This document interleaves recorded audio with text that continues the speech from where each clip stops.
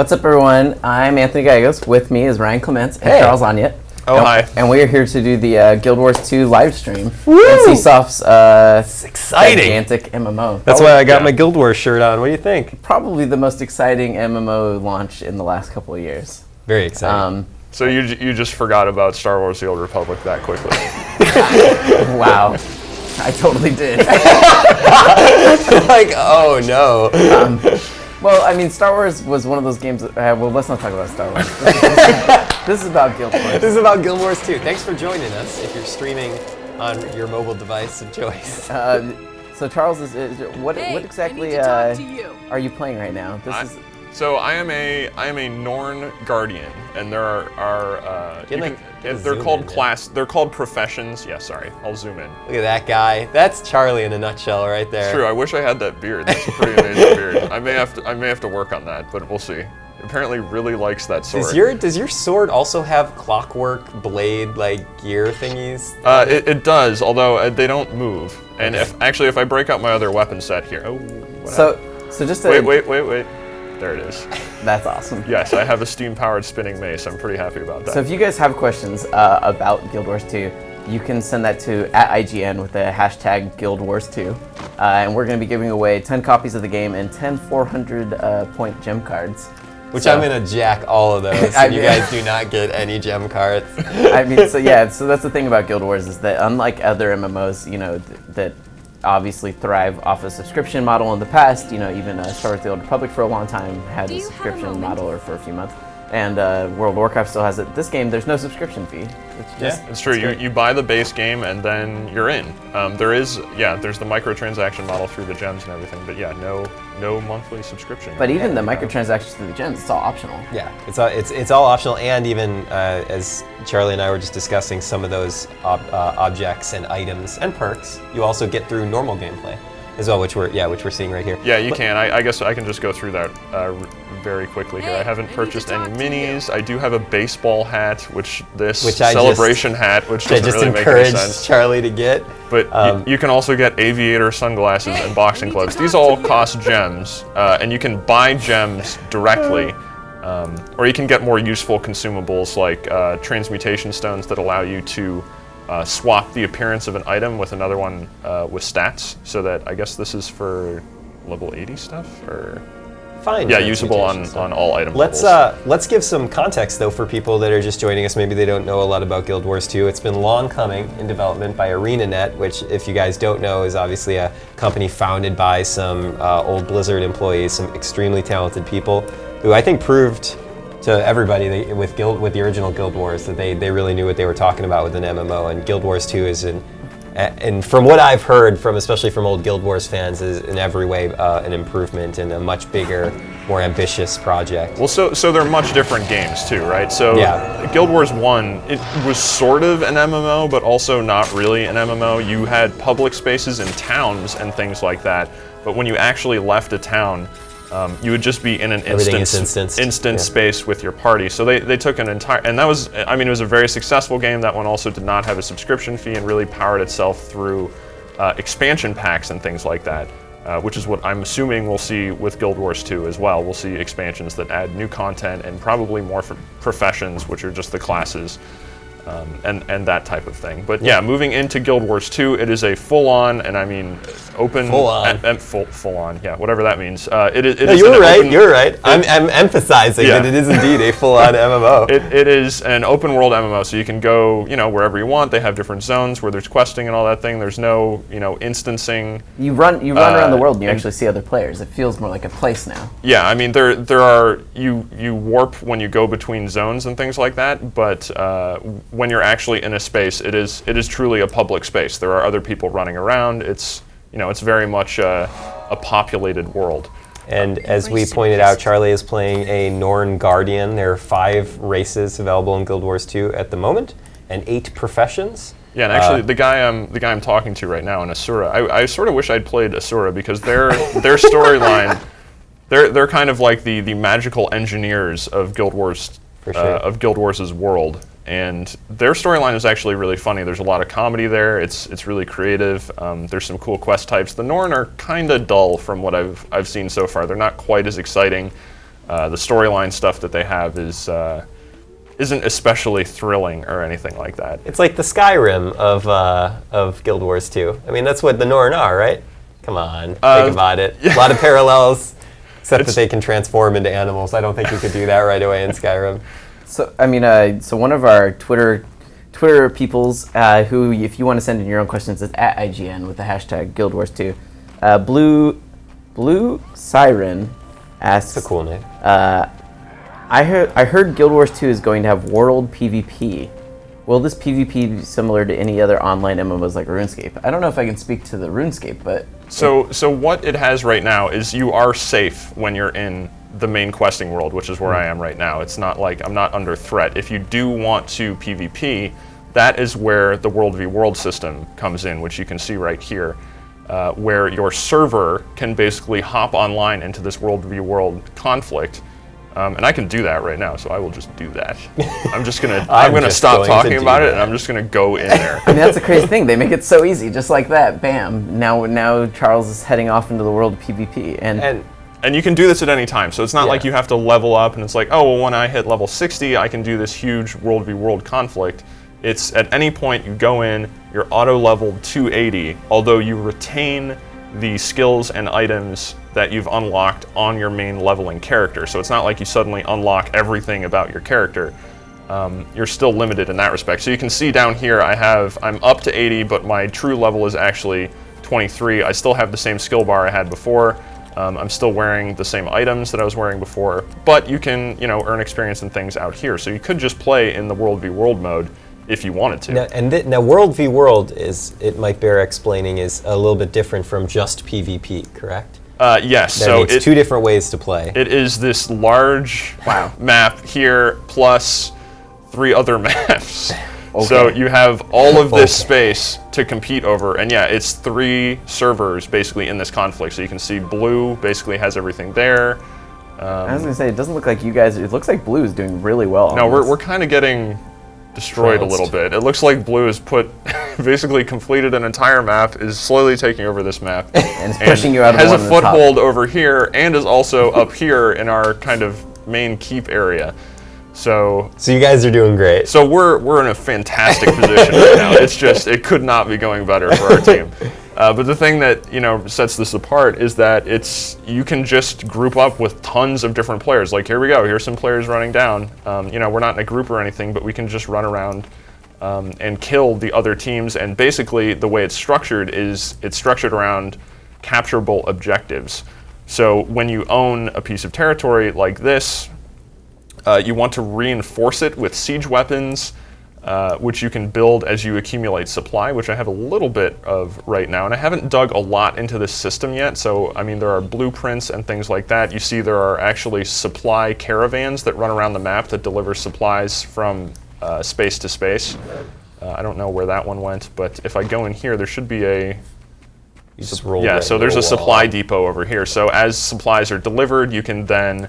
there's a siege merchant over here, and there are blueprints that you can purchase and then construct. Wow, war machines. Different machine, and actually, from looking at this list, you have like catapults, ballistas, arrow carts, flame rams to break down doors on other people's settlements, trebuchets that fire from super long distance, so you can't even necessarily see the trebuchet. You'll just see a giant fireball flying into your base, and be like, we should probably do something about that. It's a complex mode, and ArenaNet tries to do a little bit of kind of explaining what's going on. They have a guy you can talk to when you first warp into the zone that kind of gives an overview of what's happening. But in terms of the specific mechanics of it, there's still a bit that you really need to figure out on your own.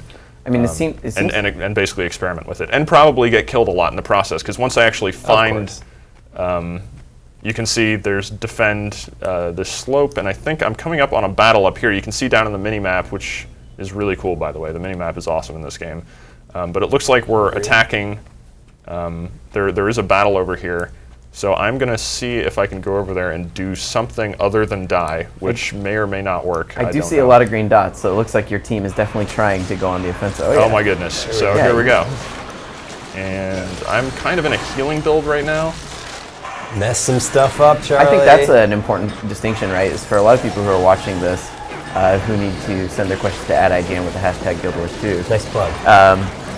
You know, their only other experience with MMOs probably, or maybe might just be, you know, things like EverQuest or obviously World of Warcraft. And in those ones, you have a your class is your class, which means you have a very specific role on the battlefield.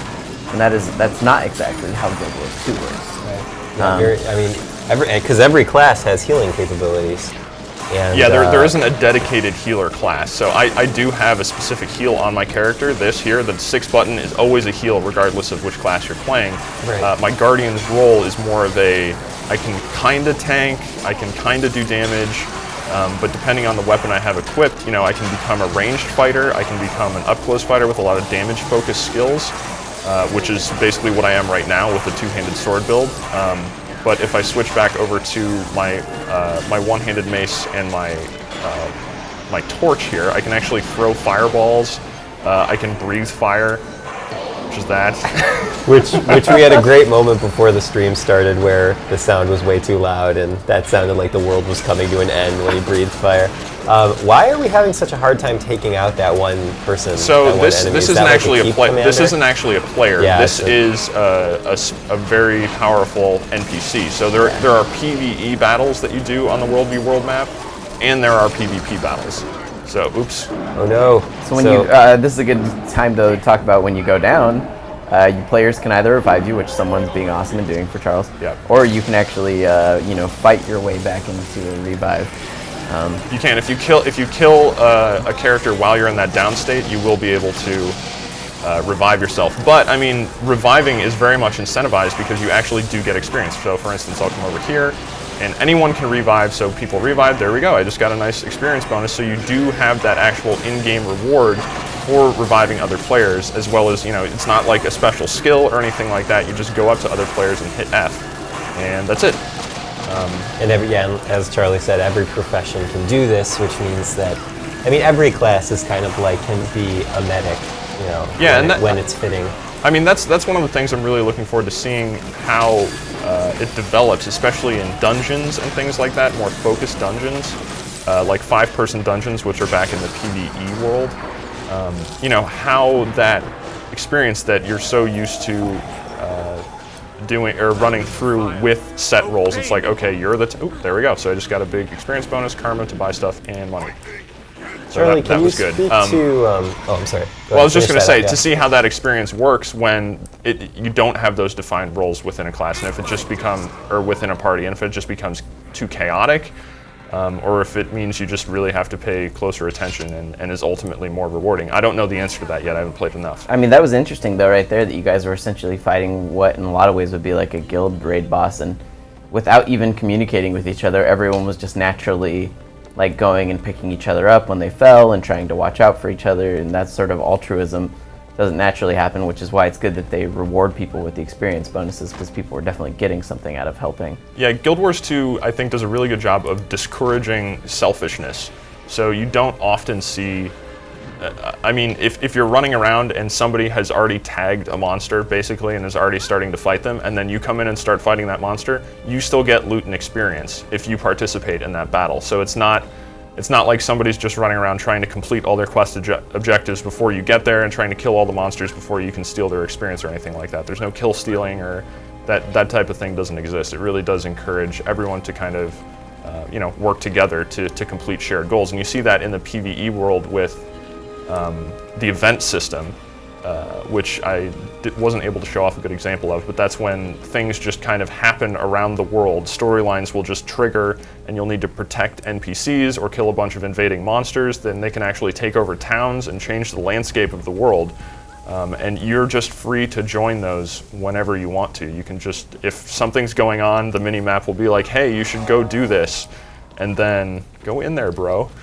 Bro, get in the fortress. Unless he just dropped off supplies and he's just continuing on his route. This isn't a very exciting quest to shadow this giant pack Doliac. That's why you gotta toggle on your walk animation, then you can just leisurely walk alongside it. You can RP walking. There's a Crimson Noah over here. I do appreciate, though, that question from Blue Siren led us into such a good sort of, sideways thing about all the cool stuff to do with World little PvP. discussion. So Blue Siren, you get yourself a copy of the game and a 400-point gem card. Oh, look at that! You're just dishing it out already. This is beautiful. It's exciting. But remember, all the gem cards go to me. Yeah. So you actually just get a copy of the game. Yeah. So what I was going to mention earlier, and don't forget, I have a question for you after you maybe. What was the about? Well, I just got a defense pop up. You got to go defend your house. Keep, which I assume is this place. I've also I played a ton of Guild Wars this weekend, and one of the things that Charlie already spoke to and that I really appreciate is how group mentality and coordination just emerges very naturally over the course of even just one battle, where I accidentally started a quest, like I was in the middle of a place and it was like, you want to go beat up like a giant queen wasp? And I was like, that sounds like a pretty good idea. So I do that and the wasp just completely destroys me. But then more and more players from the surrounding area start to go in and join in on this fight, and the more people that come in, the more effective they were as a team. Another cool thing is that because different skills can play off of each other, for example, if Charlie lays down a field, other players can interact with that skill. It's not required for them to be a part of Charlie's group. Yeah, and I can actually show that right here. So if I did something like this burning field, that is a combo field for fire, and then if I can actually self-combo with that field, with that spinning attack, and send fireballs all over the place. So and if an archer shot an arrow through that field, it would set on fire. Things like that. I mean, it's really cool that the skills are actually built to be used cooperatively, and as we discussed before, because everyone shares in medical, abilities, anyone can save another player, and a group dynamic just does form very naturally in this game. Yeah, and you can see here, we've flipped this camp so that these guys are now friendly, that are sitting here.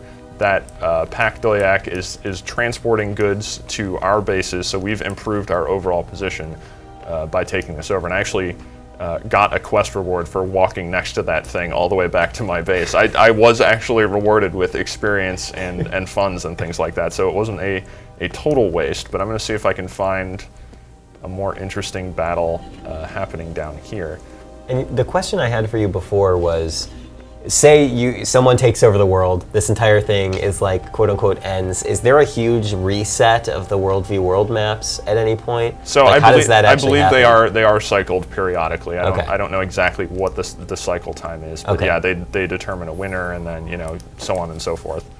Wonder what the experience payout is for a winner of that giant. So you actually do get. Yeah, they tally the points periodically as well, but you should. I was about to say, we're doing pretty well. Oh yeah, and then you look at and then I looked to the left. I was like, hey, we're doing better than green. Oh wait. Yeah, well, we are doing better than green, but unfortunately, you need to form an alliance with green just temporarily. What's this? Something to kill. Fine. There's a lot of people that are kind of massing down here. So this is kind of how this works. You just sort of flow all over the place. You don't necessarily need to be in a guild or anything like that to really make this work. And I don't know how to get through there. This may just be a mountainside. It is. With some deer peacefully grazing. Yeah. They don't realize a war's going on. What are they supposed to do? To anybody tuning in who's sending us messages to @IGN with the hashtag Guild Wars 2, so myself, Ryan, and Charles, we all just play Guild Wars. None of us developed it. Because I'm noticing that some of the questions coming in are asking us about making the game. Oh, well. Yeah. So I work at IGN.com. We all work at IGN.com at the site. So I don't actually develop the game or anything like that. I've been playing it this weekend. So the official launch is actually on the 28th. I've been in the Head Start program, which is a little bit earlier.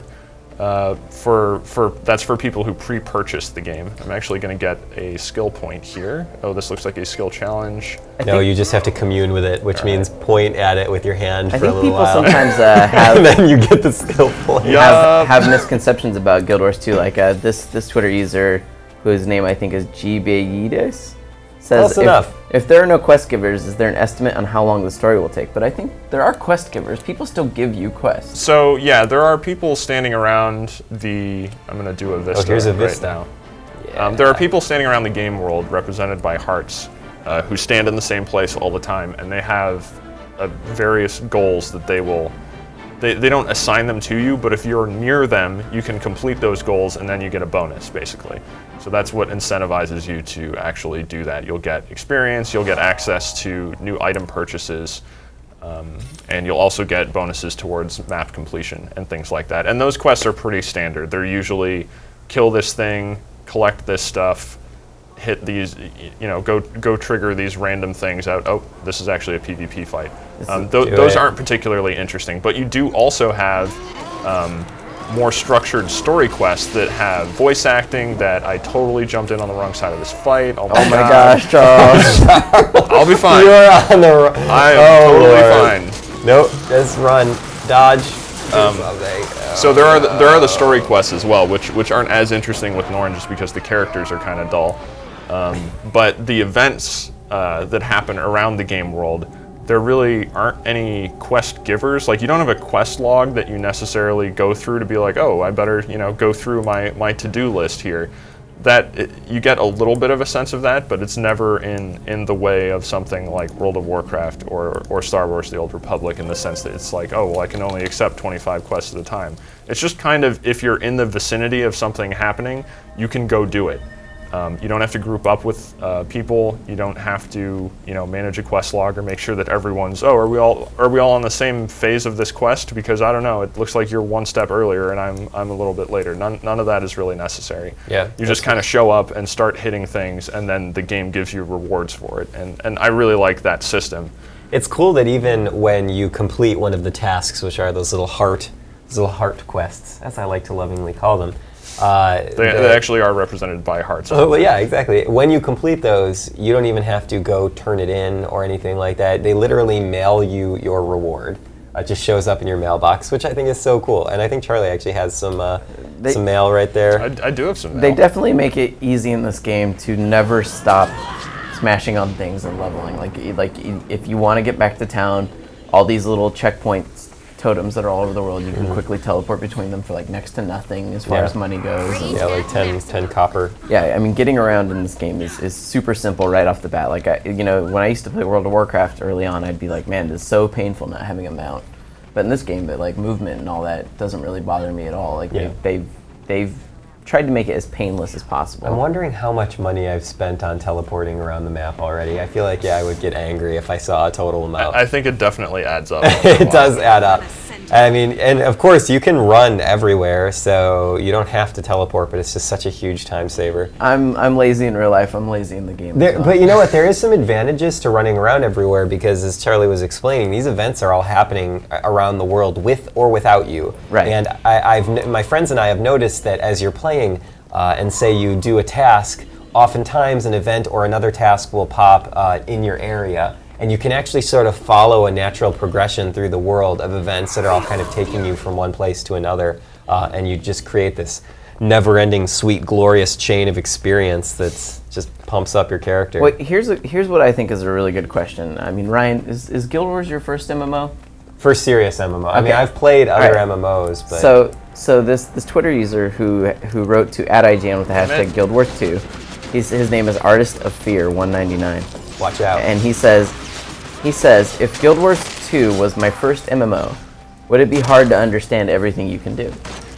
So coming from someone that's only played a smattering of MMOs, and the MMOs I play, I have not dedicated more than a couple hours to. As long as you, I guess, understand the basic principles of how an RPG works, not even an MMO, but just sort of the ideas of going out on quests, earning experience, and developing a character. Those are the themes you really need to understand, and I think they're all very easy to grasp in Guild Wars 2.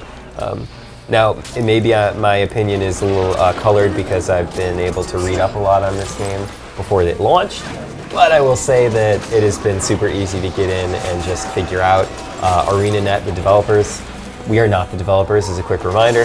ArenaNet did a great job in putting little tips and tricks that pop up around the screen. You can't see any now, but oh, actually, whoa, you can, because one just popped up in the middle there. It's cool, and it's just it's so sad to see someone limp.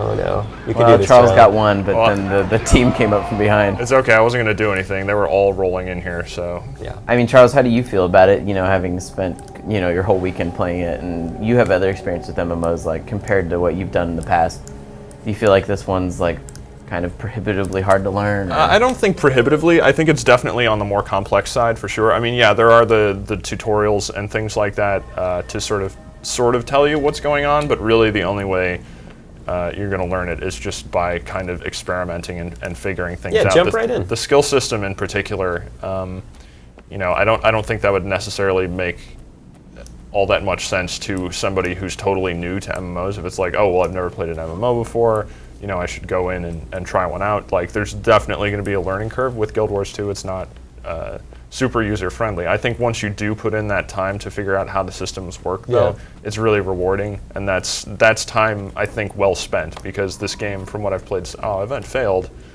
but I still got exactly. You didn't lose everything, and you got some gems too. Yeah. Which, speaking of which, no, I think that was Karma. Yeah, it was Karma. Oh, Karma. Sorry. Yeah. Artist of Fear, 199. You were like, if it's my first MMO, it's gonna be your first MMO. Oh man, look at that. Because you're getting a copy of the game and a gem card. We just made Artist of Fear 199 day. Yeah, I mean, now you should play it. I mean, I've played in the beta several times, and I've started playing the final product, and it's a lot of fun. Yeah, it is. I mean, that's one thing that we've talked a lot about the game so far, but if anything, I mean, I know we're all enjoying it quite a bit. And I will say the one time that I was confused so far, legitimately confused, was when I was looking at the crafting screen for the first time. The crafting system really doesn't make any sense. I'm still figuring out how to use it. It takes some time. I will say, when I finally figured out what was going on in the crafting system, it is so fun to craft stuff. And the fact that it just everything connects in this game. Everything not connect like waving your hands around, Anthony. I hope that was clear. Everything connects in a way that all the systems feed into one another, and it's something you do in one way, it might influence something you do in another way. For example, all this slaying of beasts and the cool stuff you can do, the rewards you get, that feeds into your crafting, and then crafting you gain experience, which can then help your character grow stronger. It's all cyclical. Very fun. So another Twitter question, which if you want to send your own, it's at IGN with the hashtag Guild Wars 2. Also, if you're just starting out with Guild Wars and you think that it does look a little daunting, confusing, we do have a Guild Wars 2 wiki. It's constantly being built that you should check out. Just go to IGN.com/wiki. That's not what you do. Don't. That's not the exact URL. So anyways, if you want to hit us up on Twitter, like Bruce Droman1 did, he says, what sets Guild Wars 2 apart from WoW and similar RPGs, apart from the free-to-play aspect? Well, so and again, it's not really a free-to-play game. You do have to buy the box, so it's not It's not like you just download the game and start playing, and they feed it through microtransactions. There is that initial full-price purchase that you have to make. But I mean, after that, what you get in the game is a combat system that definitely feels more active than something like WoW. You've probably seen me dodging around quite a bit. You really do have to do that to stay alive. Like, if I wasn't dodging, I would have died quite a while ago, and I'm still not very good at the movement aspect of the game, but there is definitely a pretty high skill ceiling in terms of being able to use your available skill set effectively in combination with your movement. And it's not just a matter of backing up and side to side, it's a matter of dodging out of active fields and things like that. And as Ryan was explaining, the way that skills combo together is actually pretty cool and allows for some different combinations that I still don't entirely know the extent of, because there are a bunch of different combo field types and a bunch of different combo types that you can interact with those fields. Like, you can have, if I switch over my sword here, like, this is a combo combo finisher whirl type, which is different from somebody who's maybe using guns or arrows or things like that. In terms of the actual mechanics of combat, like who I'm targeting and things like that, yes, there is tab targeting in the game. You can target enemies just by hitting the tab key, but you don't have to do that if you're a melee character. If I don't target this person, come up and swing my sword, I'm still going to hit them, even if I deselect them. If they're basically in the path of my sword, I hit them with it, which I think is something that sets it apart. You guys are killing that poor animal. Well, yeah, he's got supplies for the other team. He's got to go down. Exactly. No, that's so sad. No. It's a matter of necessity. That choked me up. There's also a lot. I mean, another thing is, especially from WoW, is you'll notice I have a set skill bar here. I can't put more skills on my bar. I just have these skills. Which to me makes it more accessible than WoW, though, because look at a WoW UI, like an expert player WoW's oh yeah, there's like 42 buttons. Oh, it's so scary. And in this, I guess it is a little more limiting, but I mean, still is you can do a lot of customization with this. Yeah. So one of the things moving from Guild Wars 1 to Guild Wars 2 that ArenaNet did was they basically assigned that the left half of my skill bar here is tied to weapons. So what you could do in Guild Wars before is just basically customize your full bar, sort of like customizing a deck of cards for a card battle game or something like that. The downside, I mean, the good side of that is there's a lot of freedom. The downside, you can definitely make, not a broken character, but a less effective character. Right. I'm totally going to tell, but I gotta back up. So what they did is they standardized it a bit, and all of the weapon types that your character can use, which you can see on my screen here, I can equip, hammers. I've got my staff, which I can't do because I'm in combat right now. But those different types all have different skill sets, and they're all very different styles of play. So you do have to learn what they do, but at least it gives you a skill set that says, this is a good skill set. You will do well with this. Like, this has a specific purpose. So they build kind of sub-roles within your profession in that respect. Then the 6 button is always a heal. For every profession, everyone gets a heal. I have different types of heals that I can learn by, you saw me do a skill challenge earlier. Those points, and you get these as you level as well, can be dumped in here to learn new skills, such as heals here. So I could learn this heal if I wanted to, and then equip it on this button. I can only have one active at a time, though. You got some unspent skill points. I do have some skill points there. I mean, spend those. They're burning a hole in your pocket. The majority. So you have basically one of 3 or however many heals your class has choices for the 6 buttons. 7, 8, and 9 are you get a much wider selection of customization there because you can put in any of these utility skills that are listed here that kind of unlock in tiers. These being the most expensive ones down here. How much are those worth? 5? These are 6 at the bottom. So these are 3, 1, 3, 6. The elite skills are going to be 9. I mean, this is why you saved up your points too, so that you can afford some of these higher value. Yeah, and I guess I could,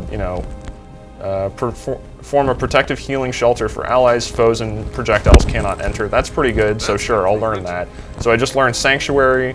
If I wanted to use that, I could just maybe put it in here for my sword.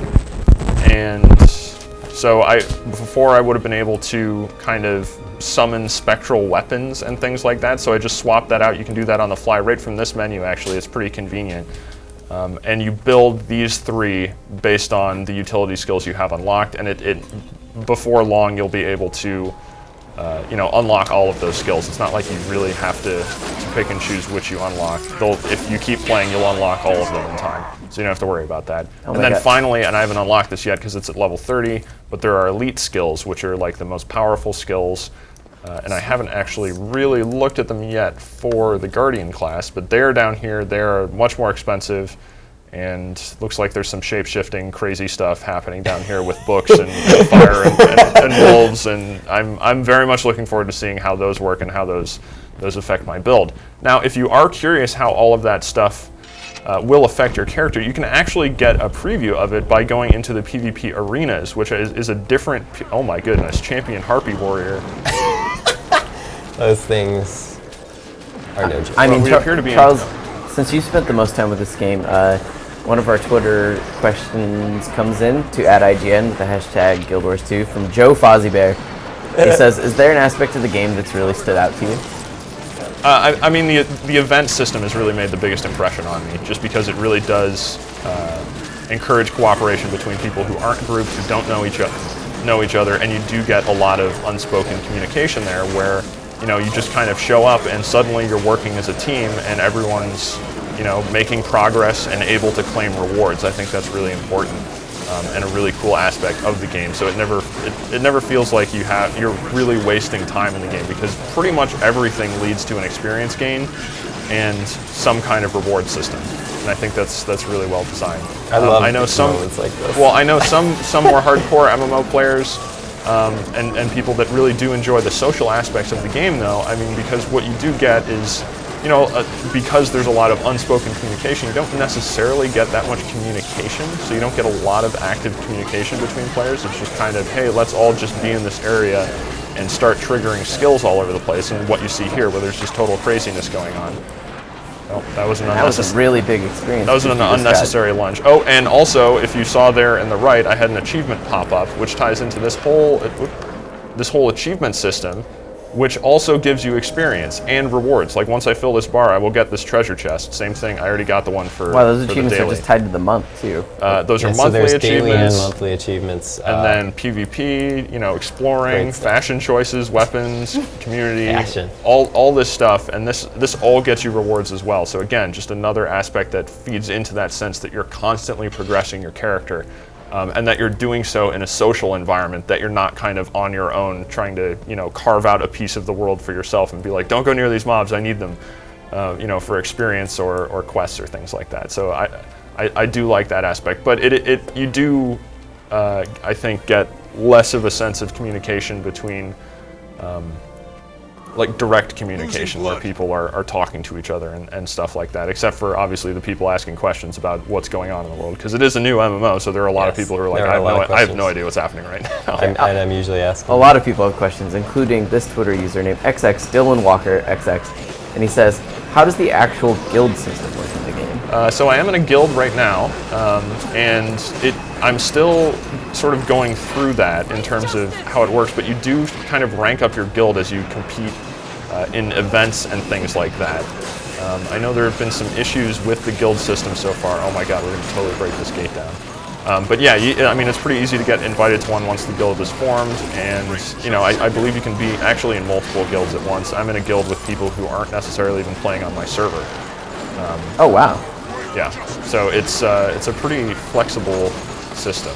Oh man, you guys are using but War Machine. in terms of the actual depth of it, I'm not sure yet. Yeah, it's still very early on.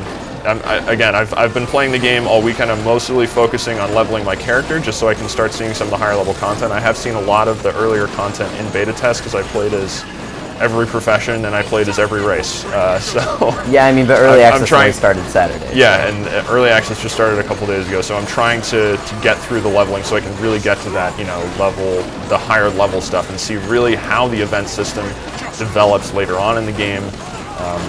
As well as what some of the higher level dungeons are like, because that's something I don't have a lot of experience with either. Is the 5-man dungeons and things like that. And man, these gates can really take it. Yeah, they can take, so you'll notice somebody did set up a flame ram on the front of this door, so it's sitting there smashing into the door. That's really helping us out and breaking into this keep. I think we may actually be able to do this. Yeah, I mean, this is you guys sticking it to the blue man. I don't think blue really has much going on here. There are fireballs raining down all over the place, but here we go. We just broke in.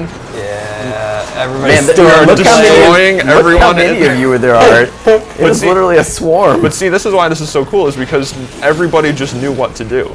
Yeah. So now we're taking over. This is a tower, so it's not a major objective. But if we can take down this champion tower lord, I mean, that's good. We're going to be in a pretty good spot. Let me remind everyone that we are watching Charlie play a specific mode in Guild Wars 2 called World versus World, where entire servers are competing over massive independent maps that are designed for this mode, and it is very cool. I would like to point out that this game is running really well, considering all of the craziness happening on screen. So I just got to. We also have a supercomputer. You guys just took. I mean, you guys didn't just take that for it. You dominated.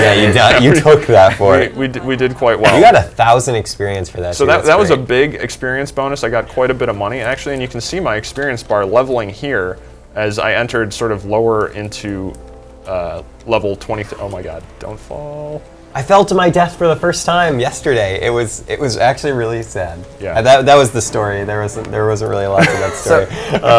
But so my point being that yes, if you don't want to do the PvE stuff, you're like, I don't want it. Fighting tons of computer controlled enemies is boring. I just want to fight people. You can come into this mode and basically level your character in here. It seems like the rewards are pretty substantial. And Charlie, all your skills don't unlock in in World v World, but don't they unlock in PvP? So I sort of got distracted when I was talking about that earlier. So if you go to the PvP menu, it's in the option. If you click, hero. Oh yeah, that's right. Yeah, and then you go.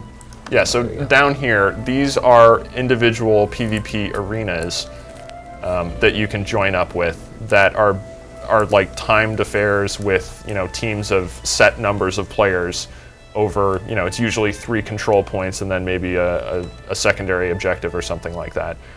So that's more focused PvP combat. It's not where you just have these giant swarms of players running around like that guy's attacking a siege weapon on the side of that base. You guys are trying to take on a way bigger fort now. Oh, now we're getting all split up. No, isn't that like their main fortress? Oh my goodness. Why does the group think they're going to take that out? Well, you guys just took out that tower like a champ, so now you guys are just like, we can do anything. They were like, oh man, anything is possible if you dream. And then they just go against the giant castle, the biggest castle in the game. I think someone was actually spamming that the whole time. But here you can see I love the people are firing at us with arrows. We are in a very vulnerable spot here. Yeah. So this guy is trying to take out that weapon, and I don't really have a ranged attack. Yeah, I'm waiting to see how long it takes for your guys' morale breaks. I have to move because that cannon is doing quite a bit of damage, and maybe I should actually... Are you the defector? You're like the lone guy that's like, I've had enough of this war. So I see Charles.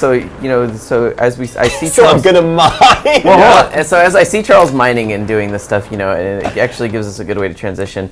Another person on Twitter who hit us up at IGN with the hashtag Guild Wars 2, Broshi59 says, as an avid pet collector from previous MMOs, are there any casual hobbies to pick up in Guild Wars 2 for the not so hardcore? Yes, for sure. The crafting professions. Or professions is a confusing term in this game, but the crafting in the game is... Oh, this isn't actually a projectile. I think I do have this healing orb, though. There we go. The crafting stuff, and is something I can show off as soon as this kind of conflict resolves itself, is the type of thing that you do, non-combat. You just go back to town and you sit there, well, for instance, making bread, or hamburgers, bowls of red meat stock, or hamburgers. Yeah. Or I have cups of potato fries that I made, and you can have 2. You can eat a burger and fries in this game, ladies and gentlemen. While wearing aviators. Actually, I thought it was funny that eating a hamburger boosts your fire damage. If I have that correct, I think that's the actual burger bonus. Burger bonus. Yeah, I'm sorry, 3 times burning duration. Ow, that guy is just coming right after me. I have to heal up here. But yeah, you can. That system can actually take up quite a bit of time because there's a discovery mechanic whereby you can just kind of experiment with components that you've collected to find new ones. There we go, got him. And you get big experience bonuses for that as well. So there's a lot of incentive to do it. And also, on that question as well, he said that he was an avid pet collector, correct? Oh yeah, you can collect pets in this game as well. So there you go. I just don't have any pets right now. Broshi59 though, you can buy pets with gems. Yes. And you're going to get a copy of the game and a gem card to buy pets. What? Broshi59. Broshi59 got hooked up. Get your pets on. Make sure you tweet at IGN hashtag Guild Wars 2. What's this bird doing? Just like Broshi59 did. Look, I got a special achievement for that because I did 56k damage in one hit. What? That was the. You're supposed to guard nature, man. No, what man. What's that about? It's dead. It is. It certainly is. It's never been more dead. It's just done. So yeah, I think this is their. Yeah, this is the main keep on this map. If we can take this out, that would be kind of a big thing. You guys are not going to be able to get in there. Well, that's not really helping our morale now. Twitter user Prime. I'm just trying to keep it real. Twitter user Prime Alpha Omega says, "You seem to be surrounded by a lot of other players. Does it feel overcrowded at times? I like to play solo as well." Okay, so yeah, it definitely gets crowded for sure. Oh my god. I'm gonna bail out on this and just go to a different part of the area. You can always go back into PvE. Yeah. Also. So yeah, I mean you can just easily transition. But yeah, in these big conflicts, it's easy to kind of lose track what's going on, especially if you're new to the game and you don't really know what your skills do yet. It just kind of turns into this big spammy kind of, mix of crazy magic and giant weapons and things like that. Crazy magic giant weapon. Yeah. So it is a little bit easier to kind of lose track what's going on. I think once you get a sense of what you're capable of, the rhythm of combat, and really the effect that you're having on the battlefield, which just comes with continued play. Oh god. Then it's okay. He's not hostile. It looks awesome, though. These guys no, are he's fine. He's fine. He changed his mind. Anybody that's tried to say Guild Wars 2 doesn't look amazing, they're crazy. This game's so cool. The game has such great art style. So I started as a human character. The human starting area is a giant city called Divinity's Reach, and it looks so good. It's crazy cool, and that's just one of the 5 starting areas. I assume everybody has a separate starting area. It's true. Yeah, there are different cities for the races, and mine is actually probably the most boring of them. Yeah, the Char one's pretty gnarly. It looks like something like the Rats of Nim would have built. It's like this gigantic. Nice Nim reference. It's like this gigantic factory city that's just like it looks like it's covered in ash and so cool. Why is everything so cool looking in this world?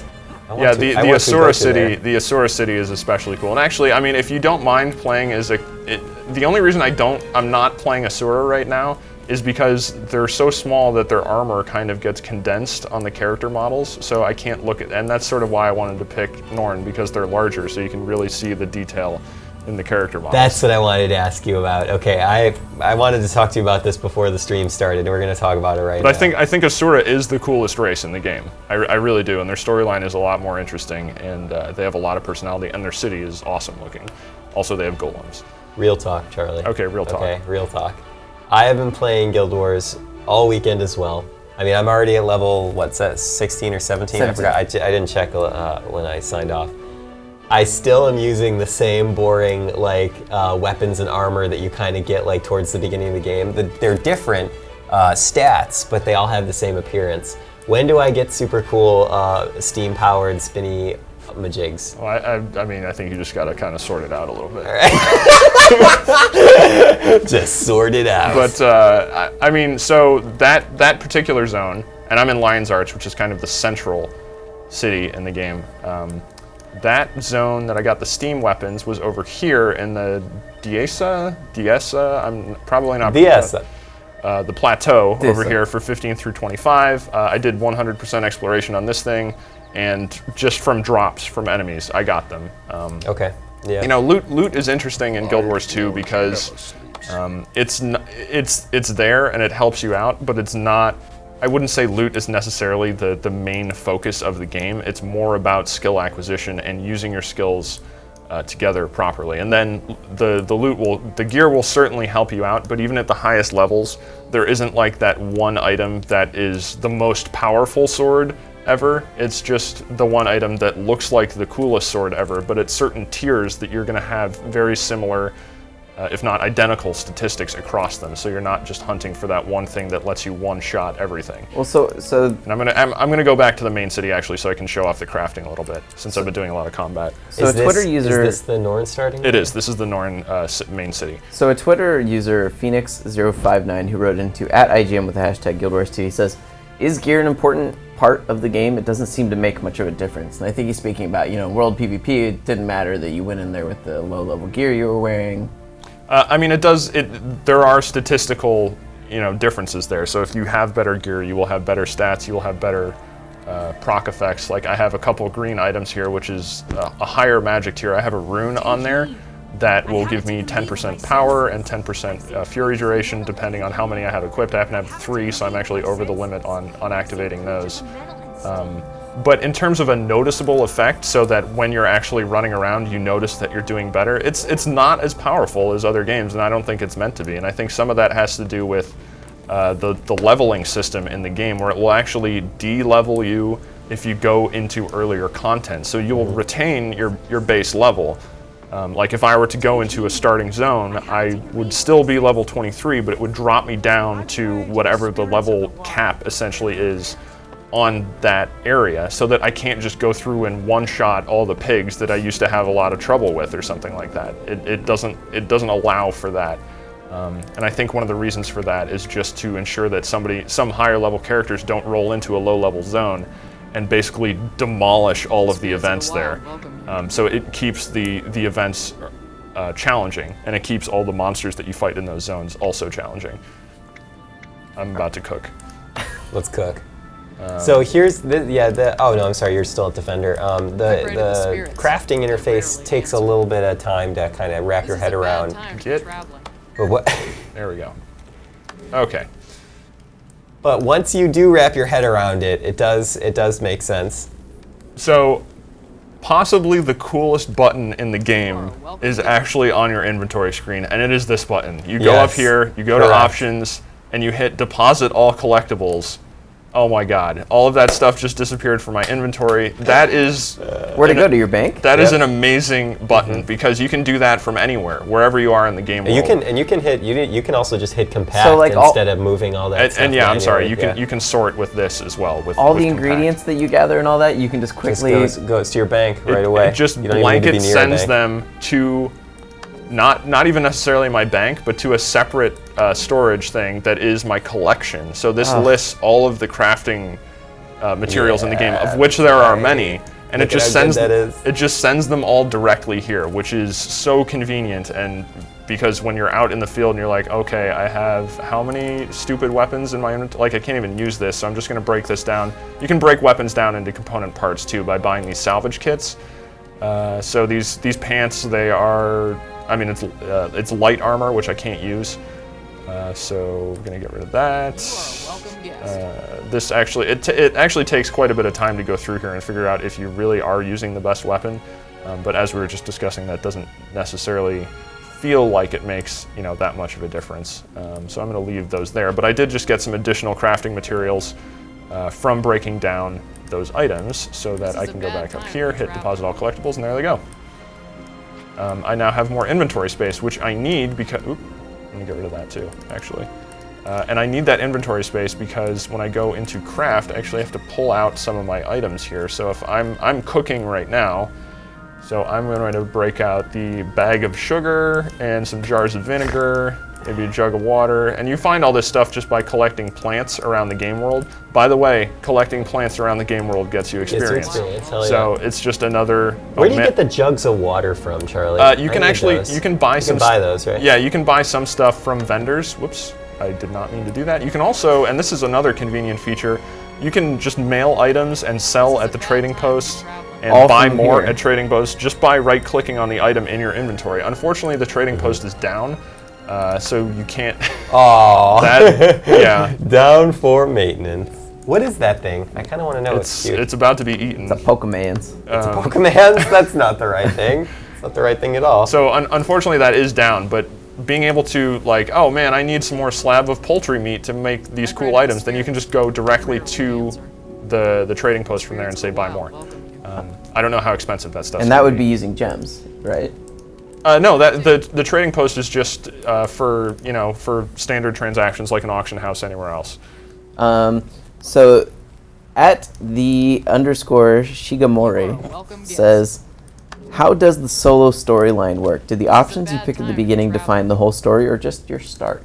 I've been wondering that myself. Still getting a sense for how that all works. They do define some things. In terms of which characters you'll meet and things like that. I don't know how far-reaching those choices are yet, though. I'm still in the process of figuring that out as I play. Again, that's just one of the reasons I need to concentrate on leveling so that I can unlock the later story quests in the game and figure out how that all develops. Well, the _ Shigamori, you're gonna find out for yourself. Whoa! When you get a copy of Guild Wars 2 and a 400-point gem card after Ryan takes a tax. Yeah, after Ryan deducts 200 points for each gem card, which is impossible, but... No, he's not going to actually do that. Yeah, I certainly won't do that. Okay, so what I'm looking at now, this is in the cooking interface. This is the discovery pane.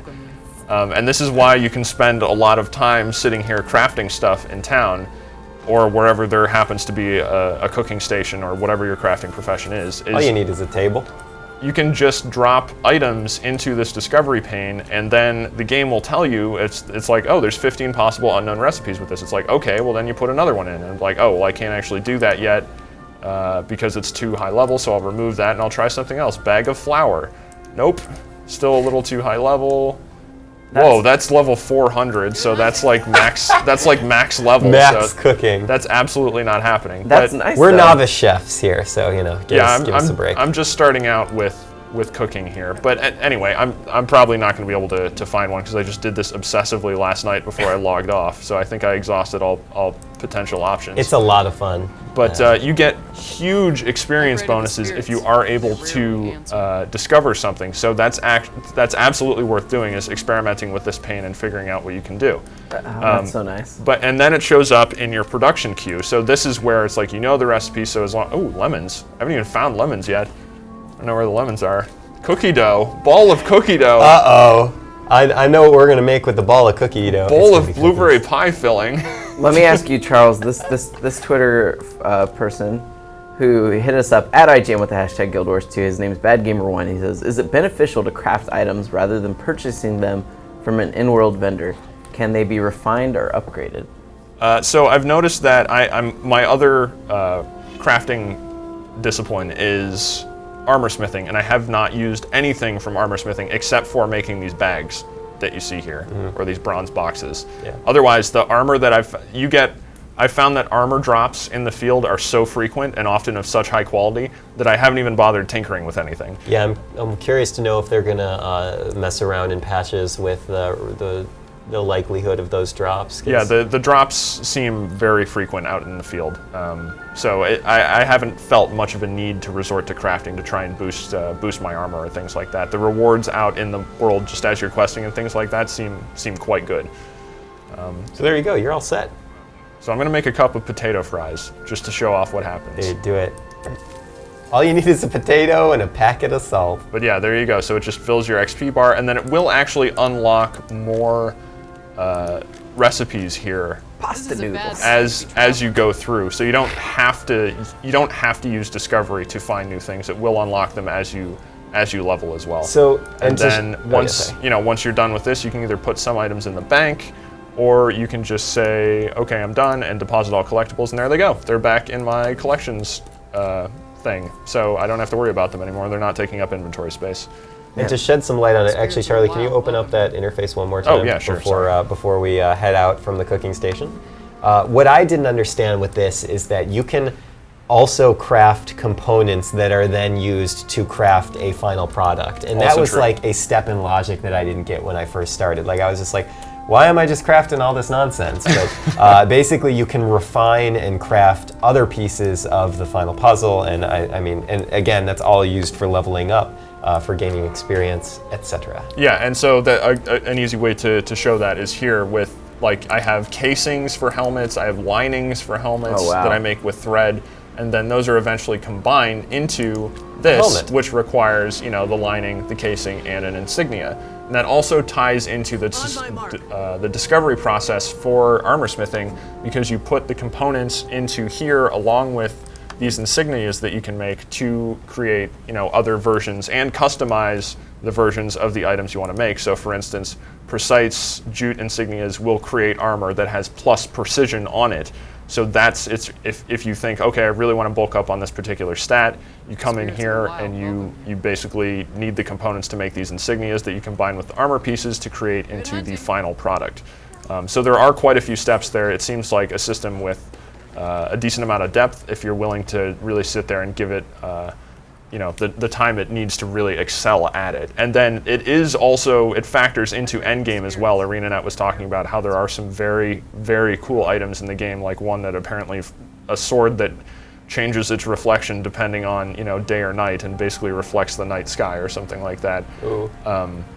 Pretty items, because again, the end tier sounds more about cosmetic, look how cool my armor is, aside from, my stats are going to, one hit your face as soon as I make contact or something like that. So there is kind of end tier potential for it as well. So at AB Fisher hit us up at IGN with the hashtag GuildWars2, and he says, will I need to buy gem cards with real money? I don't understand the gem system whatsoever. I'm still getting used to the gem system as well. There's no need to buy gems. I haven't bought any gems yet at all, and my character is totally fine. Like I'm killing things quite, at a decent rate. I'm not disappointed with how quickly I'm killing things. I mean, the gem system's kind of just like the way that a lot of free-to-play MMOs supplement their income. it's cosmetic things, it's things that you don't necessarily need, it's experience boosters if you want to try and level up faster than you otherwise would. I mean, nothing that you, at no point have I heard anyone talk about the gem system as it feeling like you are going to be restricted in what you can play out of the box if you don't buy gems. Correct, yeah. I mean, that's absolutely what I found. I think the one thing that I really like about the one item in the gem store that I really wanted to buy was that thing that guarantees when you break down an item, it properly extracts an upgrade that you've previously put in it, because that doesn't always happen when you break down that item. I feel like that's one of the coolest things I've seen in the store, and of course that store is going to be bound to change over time as ArenaNet updates it. Yeah, and what Ryan's talking about is here, for instance, in this Old Gate breastplate that I bought actually off of a heart vendor for karma currency, which I earned through events and things like that. That was a lot of information you just put out there. Yeah. So, and to clarify, these heart quests are these hearts that you find around that you help the NPCs, and then they basically turn into a vendor. They'll sell you karma items. So if you have karma, you can buy. Oh, no gathering tools equipped. Wah, wah, it's just karma is just another currency, a special kind of currency outside of coins and outside of gems. They all sort of have different purposes. Coins, very traditional way to buy items. Gems are like the real world money way to purchase special services, and karma is sort of the direct reward for quests that give you specialized items. Also you can trade gold and gems back and forth. So you can transition gold into gems if you see something on the gem store that you're like, I really need aviator sunglasses for some strange reason in a fantasy game. You can do that if you have enough gold, and buy boxing gloves. Although I don't know why. Well, I don't know. AB Fisher, you're gonna go buy yourself some boxing gloves and some aviators, though. Look at how you do that. I love these transitions. You just got yourself 400 point gem card. I believe it's 400 point, and a copy of the game. What's up, AB Fisher? You just got yourself a gem card. Ooh, and you get to chop down these beautiful trees. Cherry sapling. Nature's terrible. I'm gonna kill it. But you can see I get experience bonuses for that. I also got something that isn't necessarily just a chunk of wood. It's a hidden stash, and I can open that. And hey, I got a stone nugget here that can be used in crafting for jeweling, or can also be applied to open upgrade slots on my gear. So you can do this to modify gear behavior as well. Let's see. So on these, well, let's find a better unused item. Upgrade slots. Yeah. So if you have an item with an unused upgrade slot, which I do on these gauntlets, I can just do that. Charlie, do you not? I think I totally highlighted the wrong thing. Right. Okay, fair enough. Do you not have auto loot equipped, by the way? I don't have auto loot on. No. Oh, okay. Sorry, equipped. No, I brought the fantasy terminology into my real world. But I mean, okay, so we. Where is this event happening? It looks like an event just popped up. I'm going to see if I can get over there to show off kind of what it looks like. That guy is getting killed pretty quickly. Oh, I just got a new heart quest pop up though as well, so I can figure that out as soon as we get past this That's wolf. one of the things in this game is that I find myself running through zones all the time, and I'm like, all right, I'm going to go run over to my story quest, and I'm like, wait, nope, event. You always want to do events and heart quests. I feel like they level you up extremely quickly, and oftentimes while I was playing, I ran into several moments where I was not powerful enough, not leveled properly enough for my own story quests, and all you really need to do is just run around in the world, find an event, find a task that you haven't done yet, and do it, and you'll level up right quick, and it's quite nice. Get that there event level up. That's one of the ways they do. ArenaNet does sort of guide you around the world. Is I have my next story quest is over here. It's marked by this, so they basically expect me to run across the rest of this zone, and basically it drags me through Snowden drifts.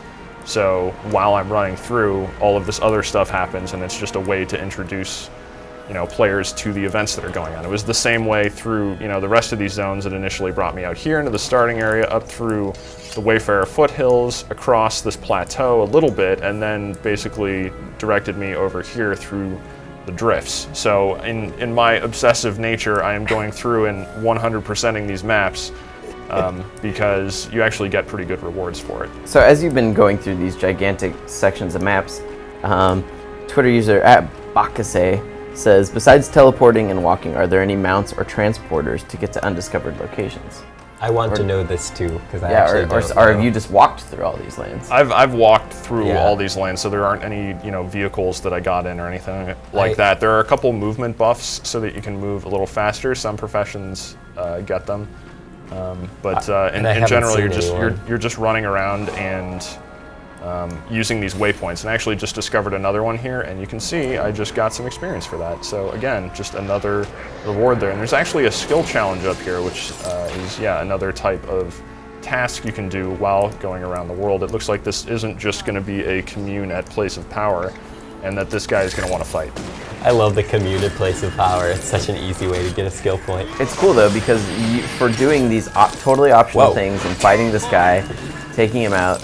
Are you fighting a polar bear man? Yeah, he is. This is correct. You're going to get a skill point that you can then use to actually buy a new power or to save towards another one. Yeah, so these are always worth doing. The skill challenges are particularly rewarding. And the nice thing is, I mean, you can just come up on somebody who's already doing a skill challenge and join in on the fight, and then also get the skill point at the end of it. So it's not like you have to be there to really trigger the event. I happened to trigger this one, but there you go. You can see my skill point was awarded. It's filled in on his interface. He's apparently just gonna go stand around and heal up.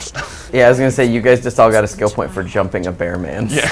Well, he was ready for it. This peaceful polar bear man is living his whole life in the wilderness. He's like, man, I'm so in tune with nature. I let him know what was happening. And then Charlie rolls in and kills him. So we've already seen the event mechanic pop up a couple times. And remember, if you want to send your own questions, it's at IGN with the hashtag Guild Wars 2. Eric Fordham on Twitter says, what does the event mechanic exactly do? I don't understand it very well. So let me, because I haven't explored this zone very thoroughly, I don't know exactly where all the events are. However, if I go into the previous zone I was in, over here, I do know where events pop up, so maybe that will be a little clearer. I'll jump around and see if I can actually find an event to show how it works. If I may, let me offer a very brief explanation. Events are just that. They are automated events that happen in the game world that you are free to join up with. And at the moment you start interacting with the event, be it start to walk alongside an escort, kill a monster, satisfy any of the event's tasks or whatever. You're gonna get some experience. You get some sort of reward, and when the event concludes, it automatically judges how much of a contribution you've made to the event, and you get experience for it. Yeah, and you can see very easy. We probably make it sound more complex than it even is. And you can see you get kind of notifications when there's major events in the area, like this Dredge Assault event will pop up periodically, where again, really cool environmental design in this area. Great, so great. But this place will occasionally get assaulted by Dredge, and you'll have to run around and prevent them from basically stealing stuff. And they'll have carts, like carts will appear up in the top here. They'll be running around attacking things, and you can fail. Like you can, I haven't failed that event yet, but you can definitely fail the events. They're not always a success. And then when things fail, it can actually change what the world looks like. Let me see. There's a major event that happens out in this area. Do it. I don't know if it's going to be active right now. Yeah, we'll. I mean, that's the cool thing about events, though, is that they're random, though, and so it's so easy to get distracted and be like, I have to do this because I don't know when I'll see it again. Yeah, it does give you that sense of urgency, I guess. So you feel like, well, if I don't do this, I'm gonna miss something. Oh, here we go. So we've got somebody investigating a tribe. I'm in the overflow server. It took me so long to figure out like the concept of what an overflow server was. So yeah, I don't think I can't do these Borderlands because I'm in an overflow server. But here we go. This should be, I believe this is the major event that's triggering here. So you can see a bunch of players have kind of joined up, I mean not joined up in the sense that we're in a group, but have gathered together to protect this guy as he's running around. And he is going to go over to this central area over here. And there is a storyline behind this too, so if you actually follow along from the beginning, it makes sense if you're really paying attention to it. Though you don't have to, it's not storyline that's forced upon you, so you can just enjoy it for the action as well. And I think that's a nice blend of kind of, and I mean the action itself tells a story God, as Charlie. well. Yeah, I know. Ice monsters. There are ice monsters. See if I can take them out here. Again, it's cool because, you know, even though Charles is level 23 and these monsters are level 14, because Charles entered the zone that he did, he's still earning experience towards level 24, but stat-wise and stuff, he's been dropped to a level. I'm level 11 right now, so if I open up my menu here, you can see all of my stats were kind of, you know, brought down. My effective level is 11. Okay, so protected him, but now something terrible is going to happen here. Oh no. I love the multi-phase events, though. I'm also really scared about the multi-phage. So I mean, that sounds like a terrible virus. So like we were talking there, but like this guy's talking and explaining elements of story and things like that while this is going on. So you get that sense of story without removing you from the gameplay experience. You really feel like you're part of kind of an interactive story, which I think is really cool. Yeah, so now we're just destroying this totem.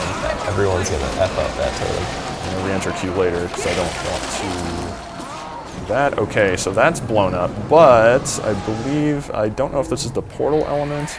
Yeah, so this guy's not really so happy about that. He is a shaman chief. Oh yeah, he doesn't look happy. You can tell by his stride. Oh, and I believe he's invulnerable right now. Yeah, so he's just, again, there's a little bit of story delivery here. Everybody's like flashing at him, just like, come on. Yeah. Like, die, jerk. And he's going to start creating some issues for this area. You see a snowstorm start to sprout up around him. And now there are crazy portals all over the place. So, and they're spitting out monsters. So we have to kill. So cool. Now we have multiple objectives that just popped up as we're running around. Again, I haven't joined a group or anything like that. This is just happening. So these portals are spitting out elementals. We need to blow up the portals. We need to kill these guys. And then go back to the boss. So that's where you get this kind of multi-phase approach, where it's not just like go kill that guy. You know, it's actually following along with the storyline. And these vary in scope as well. So you will get the simpler, you know, these things are happening. Go collect this stuff. Go kill that one guy or something like that. Those are in the game, so they're not all like this. But specific events will pop up that follow much larger, more involved storylines, and you know what I'm waiting to see is how that continues to develop, you know, throughout the rest of the game. If they really do continue to increase in scope as you level up. It's just interesting though that like you and all these people that are around, we're just like, you know, we're just in the area, and then all of a sudden it's like protect this guy, and then before you guys know it, you're all yoked into something together that would have been like a raid in another MMO. Yeah, and I mean this is just happening out in the zone. We're not in this. You don't have to like enter a special part of the zone in order to trigger this or anything. This just, you know, periodically happens while you're out in the world, and you can choose to participate, or you can choose to just be like, nah. I like how that's an option. I'm gonna go craft. I don't really want to do this right now. You could be running by these giant portals to the underworld, and you could say to yourself, I'm not really feeling this. Yeah. I'm gonna go back and make another cup of potato fries or whatever it was. But you can potato wedges. Yeah, exactly. But you can see how much I'm getting from this. I'm just getting experience and karma and money the whole time. And now we're at kind of the climactic encounter where he's summoning a dragon. He's summoning a giant ice block into the center, and now we've got to try and take him out. The crazy thing to me too is how much experience you're getting. Like, you're technically way higher level than this quest originally was, so you're still getting really good experience for doing it. I'm wondering, Charlie, can you speak to this? If you get to, say you're like at the end game, you're like level 80, and you roll into one of the beginner zones and do an event in that beginner zone, do you get, or sorry, say you're like in the 70s, do you still get experience comparable to what you would need to level up, or is it going to be lower than, I don't even know if ArenaNet has spoken about that stuff yet. If it's, you mean if you can basically effectively level up? If you can level up in like a beginner's area by doing. Well, so the amount of experience that's required per level does go up every time. So I'm not sure. Please get out of there. Oh, see, I'm getting revived anyway. People are very eager to get that experience to help out in that sense. Ow! All right. Oh, well, everyone just got blasted back there. Oh no. Sorry, I'll try and keep a view on somebody revive me. Well, Eric, I really appreciated you asking about events and stuff, because I do know that that's a very confusing part of this game if you're not used to that sort of system. So Eric, you're gonna try out some events for yourself. A copy of Guild Wars and one of them jam cards. I love giving away these games. You can continue to send in your questions at IGN with the hashtag Guild Wars 2. If you want to learn even more about Guild Wars 2 than the overview that we're giving you, remember to check out IGN's pretty increasingly exhaustive Guild Wars 2 wiki. The Guild Wars 2 wiki actually has a ton of information in it. Yeah. We've got good folks on the scene. It's true. 24/7. Well, not 24/7 actually. Probably. I mean, everyone can go in our there. community, Everyone can go in there and edit. not our staff. Okay, so unfortunately I died there, but I did get a bronze contribution to that section, and also giant treasure chest. What? Whoa. And now you can see, Wow. stuff that is actually pretty high level. So I'm getting my rewards that are popping out of this chest here are actually kind of leveled to me, because this is level 19. This is a level 23 set of gloves, and this I'm de-leveled to 11 right now, but I'm still getting rewards that are comparable to where I am. So that's pretty cool. Not to mention, you got a lot for doing just that one quest. Oh my God, there's another event. So this is This is what happens. this is how this works. Is now, and works. this is not as exciting an event. This is just collect armor scraps and bring them to this dude, so he can build a snowman army So to scare the Grawl. This is a good transition actually from this Twitter user at Shinzu Shane. Where is that? Let me see. Shinzu Shane. Sheen. Wow, He says, that's a tricky one. Do the events tell you how difficult they are, so you know how many people it may take to complete them? It will scale depending on who shows up. So it's not like, oh guys, we need 30 people to kill this boss. If 30 people show up, then 30 people can kill him, or at least that's supposed to be how it works. There are the larger scale events, the harder ones, the bigger ones. Those will require certain numbers of players, and usually if it's one of those chains, if it's like a meta event chain basically, because when you will get these kind of notifications up in the top when you're kind of in the area. So like the Frozen Maw, the Svanir Shaman Chief has been driven from the Maw, which is basically what we just did.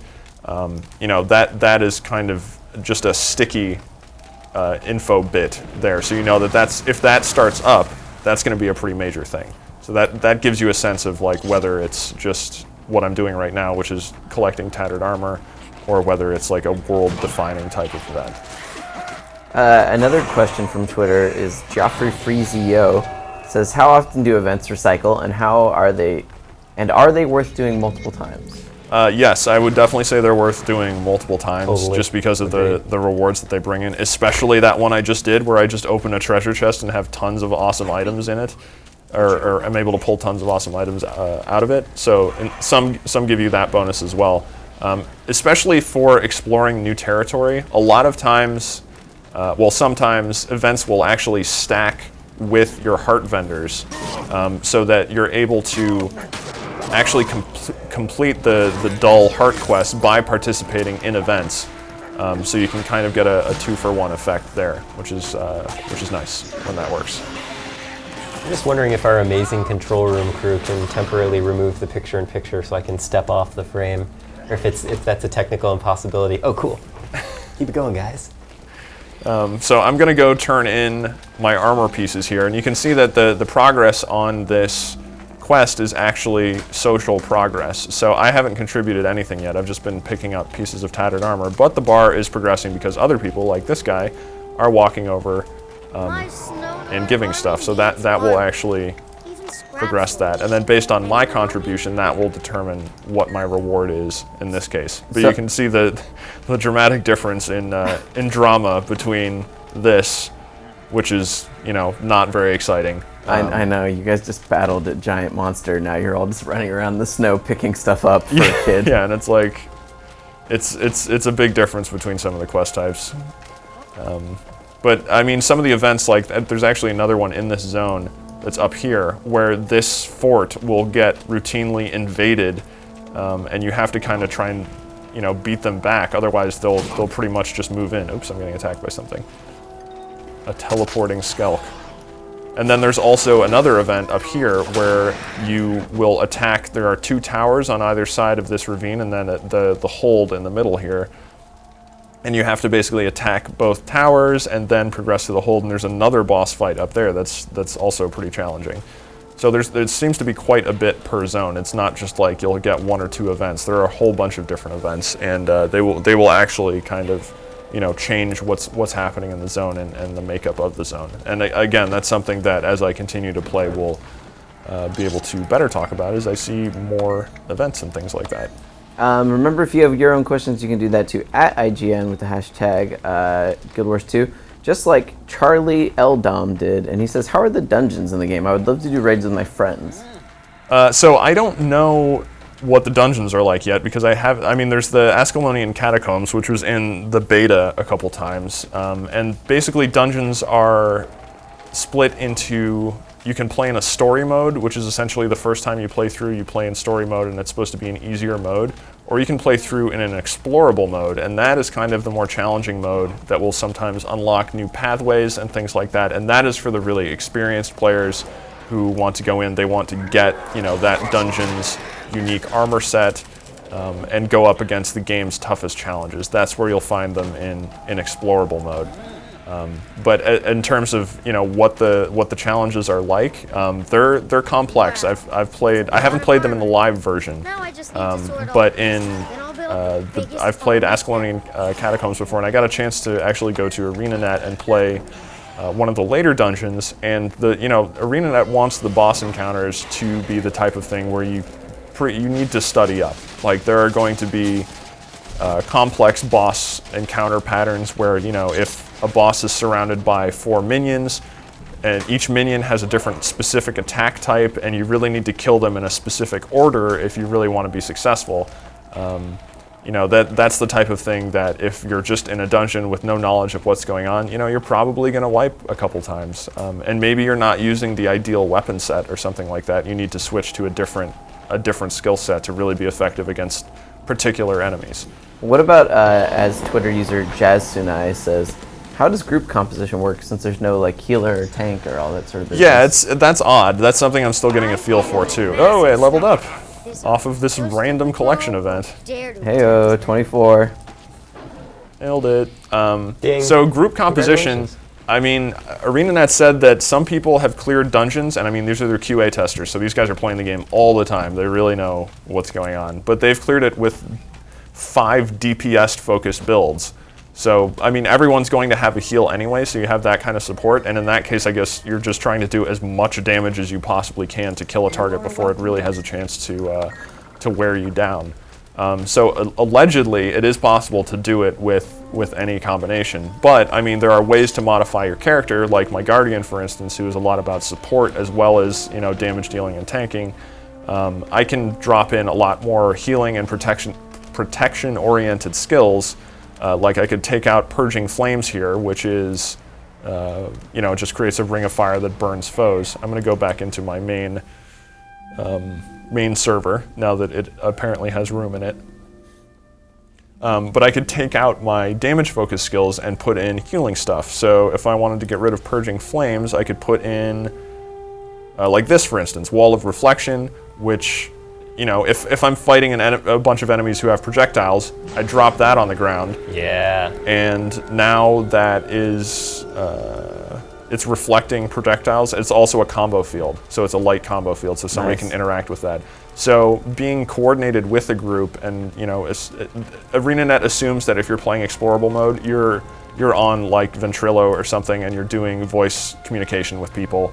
So it's not like a pickup game experience, whereas the story mode of the dungeons is a pickup game experience. Are there plans to add voice support at all? Do we know? I think for now, I haven't heard anything on that front. I know a lot of people do just use the third-party applications as they are. Yes, indeed. I'm sorry, I just saw another event pop up that said the Line Guard are readying their next attack on Svanir's Dome, which is up here. These watchtowers are the things that are assaulted on either side of this settlement up here for these guys. Again, awesome environmental design. You can just see, these aren't just, oh hey, there's blue crystals, there's ice. They're actually moving. It looks like water. The designs within them. It's really really cool. I imagine all of the artists at ArenaNet are probably just passed out right now. Yes, just exhausted. I could totally imagine creating all this content. What do you have this running at right now, Charlie? Is this max settings? Yeah, this is maxed out right now. Okay. Jazz and I were asking about group competition work with no healer in classes and all that business. What do you think he gets, Ryan? Does he get a copy of the game and a point card? He does! Whoa! Yeah!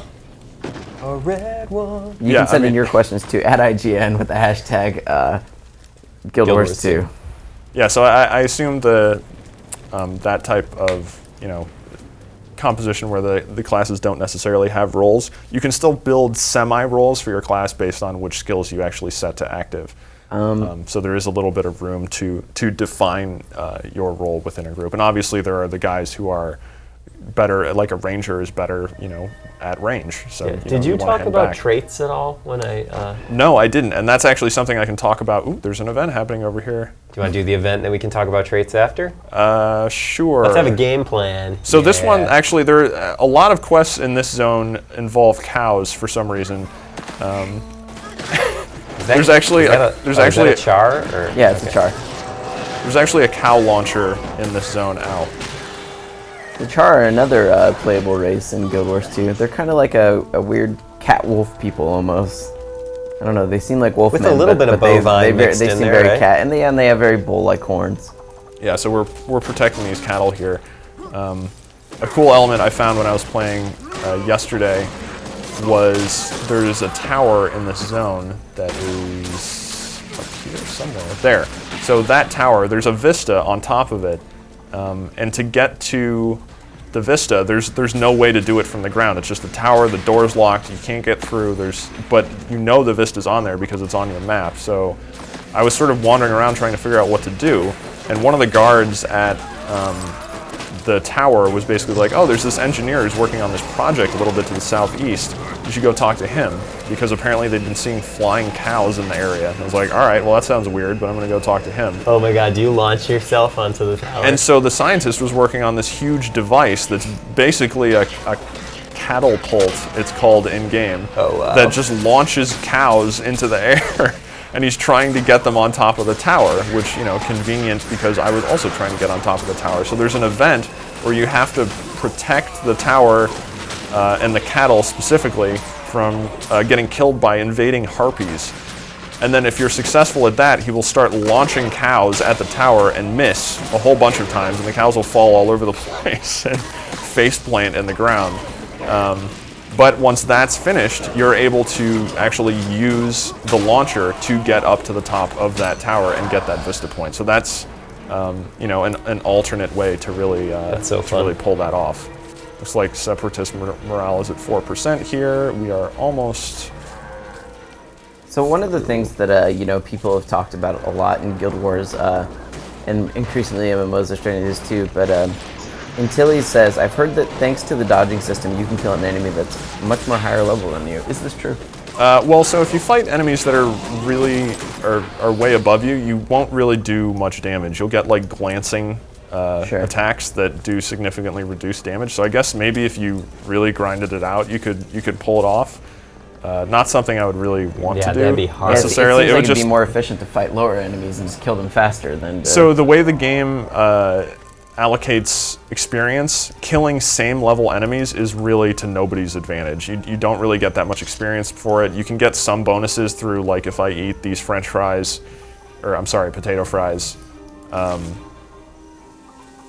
get a 10% 10 experience from kills. You can also get bonus experience for killing higher level enemies, but going around and gathering up like low level mobs and that type of behavior that you may be used to in other MMOs, it doesn't really make sense here. It's really all about the questing. That's where you get your big rewards. But the dodging mechanic really is a big part of the game that I think a lot of people that played more traditional MMOs may not be used to, because it can really make the difference between how you'll stand up in PvP as well as PvE.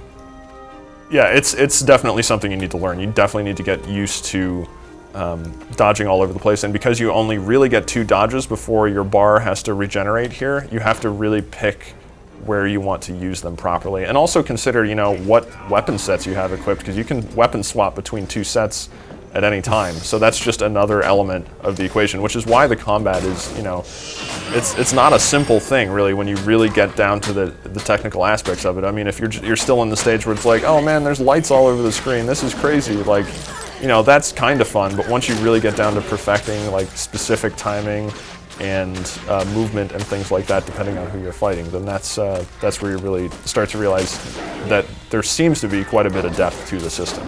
And considering what ArenaNet already pulled off with the original Guild Wars, I would be inclined to believe that there's a lot of depth. But I can show up the trait system. Yeah, let's do it. Traits are so I spent probably almost an hour yesterday staring at the trait menu for my character, just wondering which tree I would most enjoy putting trait points into. And trait points are just another way that your character levels up, and also identify, you can kind of create your own character based on which trees you put points into, which skills you allot in that way, and it's just a great way to make it your own. Yeah, so you have your weapon skills here. Yes. That are tied to all your weapons. You also have underwater weapons, which is what's down here. Yeah, we didn't even mention that at all, did we? I haven't shown off underwater combat yet. Totally an underwater part of the game as well. But yeah, then you have your skill points that you get for leveling, for doing skill challenges that you use to unlock skills to customize in this segment of the bar. Mm-hmm. And then the traits are all kind of passive bonuses, percentage bonuses to everything that will enhance existing skills. So this is basically how you customize your play style depending on which skills you find that you really like to use. So this is more for this is a more advanced customization system. Once you figured out like, oh, I want to play a guardian with spirit weapons, which is basically how I'm building my guardian, even though I'm not using spirit weapons right now, because I'm waiting to unlock a different bonus. But I have this trait, like eventually you get trait points after each level up, you dump them into these categories and you get percentage bonuses, and then you get these little hexagons that will unlock and give you different effects on your skills. So here I get a couple different effects on my my virtues here, which I haven't gone into yet, and I can in a bit. But in the interest of not getting too sidetracked, then eventually once you put 10 points in, once you're in the adept section of this, and you obviously level up and get more stuff, you can pick a whole bunch of different swappable bonuses here. Wow. So I can unlock, right now I have it so my spirit weapons last 50% longer. So once I summon them into battle, they will, just be effective for a longer period of time, which is important if that's really what I'm going to focus on. So I thought that was a good one to go for. You also have, deal 10% more damage while under the effects of, one of my virtues, or consecration skills recharge 20% faster and last longer. So there are definite ways to build yourself within this menu. And you see there are only 5 here. As you build it up further, you unlock more. And then further, you unlock more. So you get more advanced ones over here. And so you really wind up customizing yourself based on these bonuses and also going down different trees. I've started to build out this trait line because the Adept 10 trait bonus here is spirit weapon skills recharge 20% faster, so I can bring out spirit weapons more often. And have them last longer. So now all of a sudden spirit weapons for me are way more effective than they would be for a different guardian. There are also more spirit weapon things further down this line, and let's see if I can find it here. So spirit weapons are not destroyed when commanded. Now that's actually kind of important, because if I were to put in, say, a hammer and summon my spirit hammer, which is just going to float alongside of me, and I can summon multiple spirit weapons at once. Can you summon multiple hammers? No, just one hammer. So once the hammer is out, I can then command it to knock down an enemy, basically. So I hit that button, I command it, and, well, there are no enemies here, but here. Yeah, if I had actually targeted something, I like how it just kind of hops around, too. It looks like a little disembodied person. It's almost running, even though it's totally not. So DStarboy90 on Twitter, who hit us up at IGN with the hashtag #GuildWars2, says, does the trait system change for each weapon setup, or is it your build altogether? No, it does not. The traits do not change depending on your weapon skills. The only thing that changes is this part of your active skill bar. And then, you slot in the other ones here, and then this is all behind the scenes changes so that it seems like you can build very different characters depending on how you allocate your trait points. So I'm going to put one in here. And the fact that there's 12 different swappable passive abilities for each of those 5 trees is unbelievable to me. I mean, that's unbelievable. So if I wanted to, get the consecration bonus, I would just swap that in here, and there we go.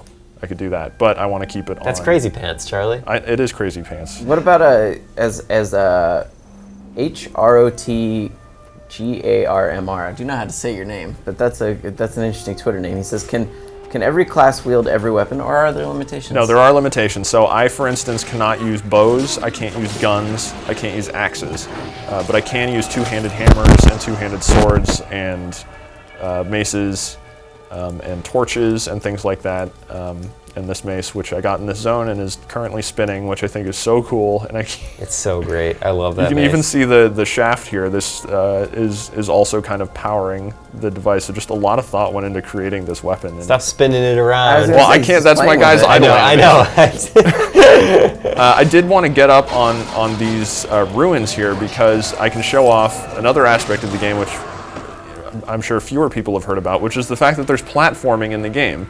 So the vistas are located around the maps by these double triangles, and usually they're just high points of land that you can go up to, and then you hit the F key and you're basically treated to a spinning kind of panorama shot of the environment.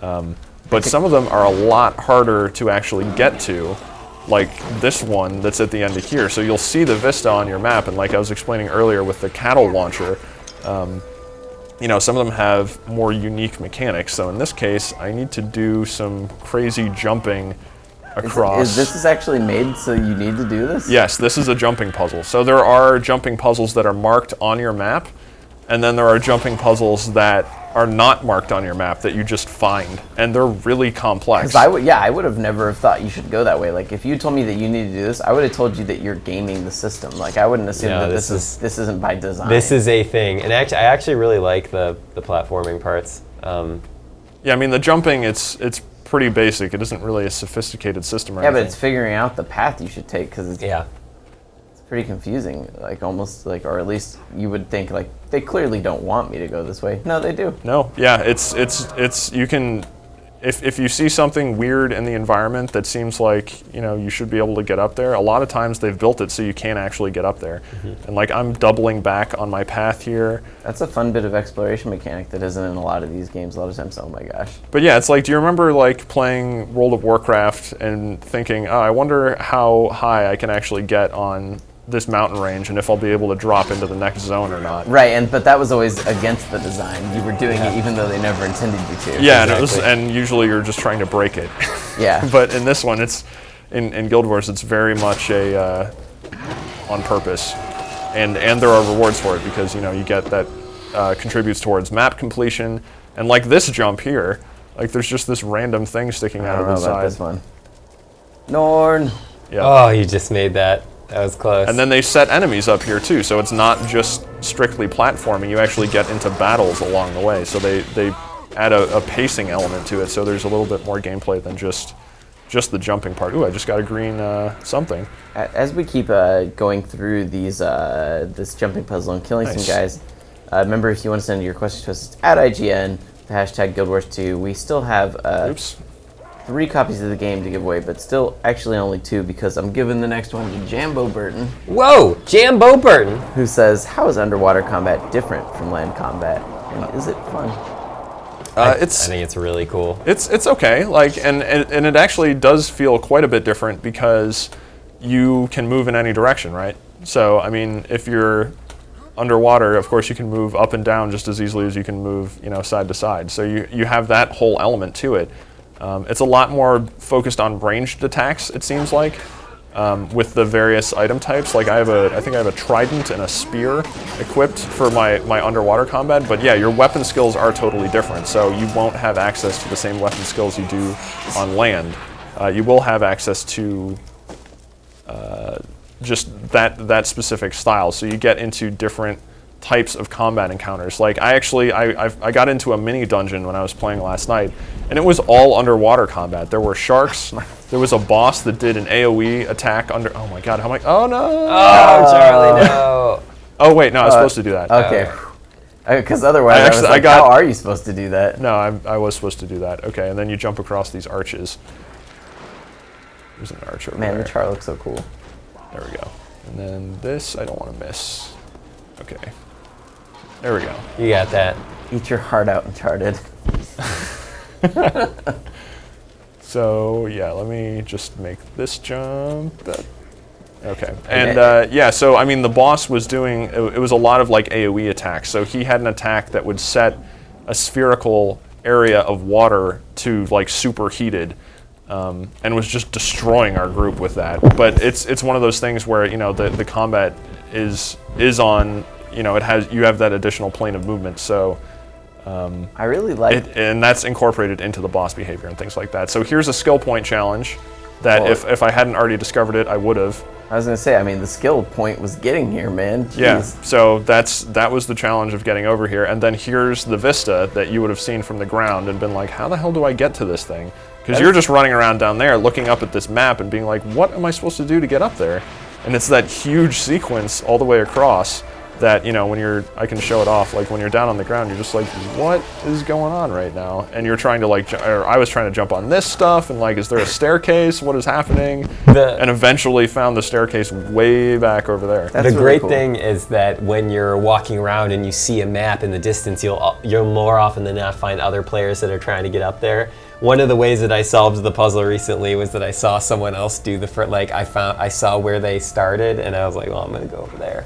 And I did, and it worked. I just think it's so cool because it gives you a reason to go back and try and explore things and look for a rock that may be low enough for you to jump on, and it might actually exist for a reason other than they just put it in there for flavor. Yeah, I mean, there are a lot of cases where there's, you know, rocks placed in such a way that they form a staircase and things like that aren't obvious. It's not like they point a huge arrow. Oh, here's an event happening. They don't point a huge arrow at it or something like that. But Captain Cold writes in and says, are there other puzzles than just jumping?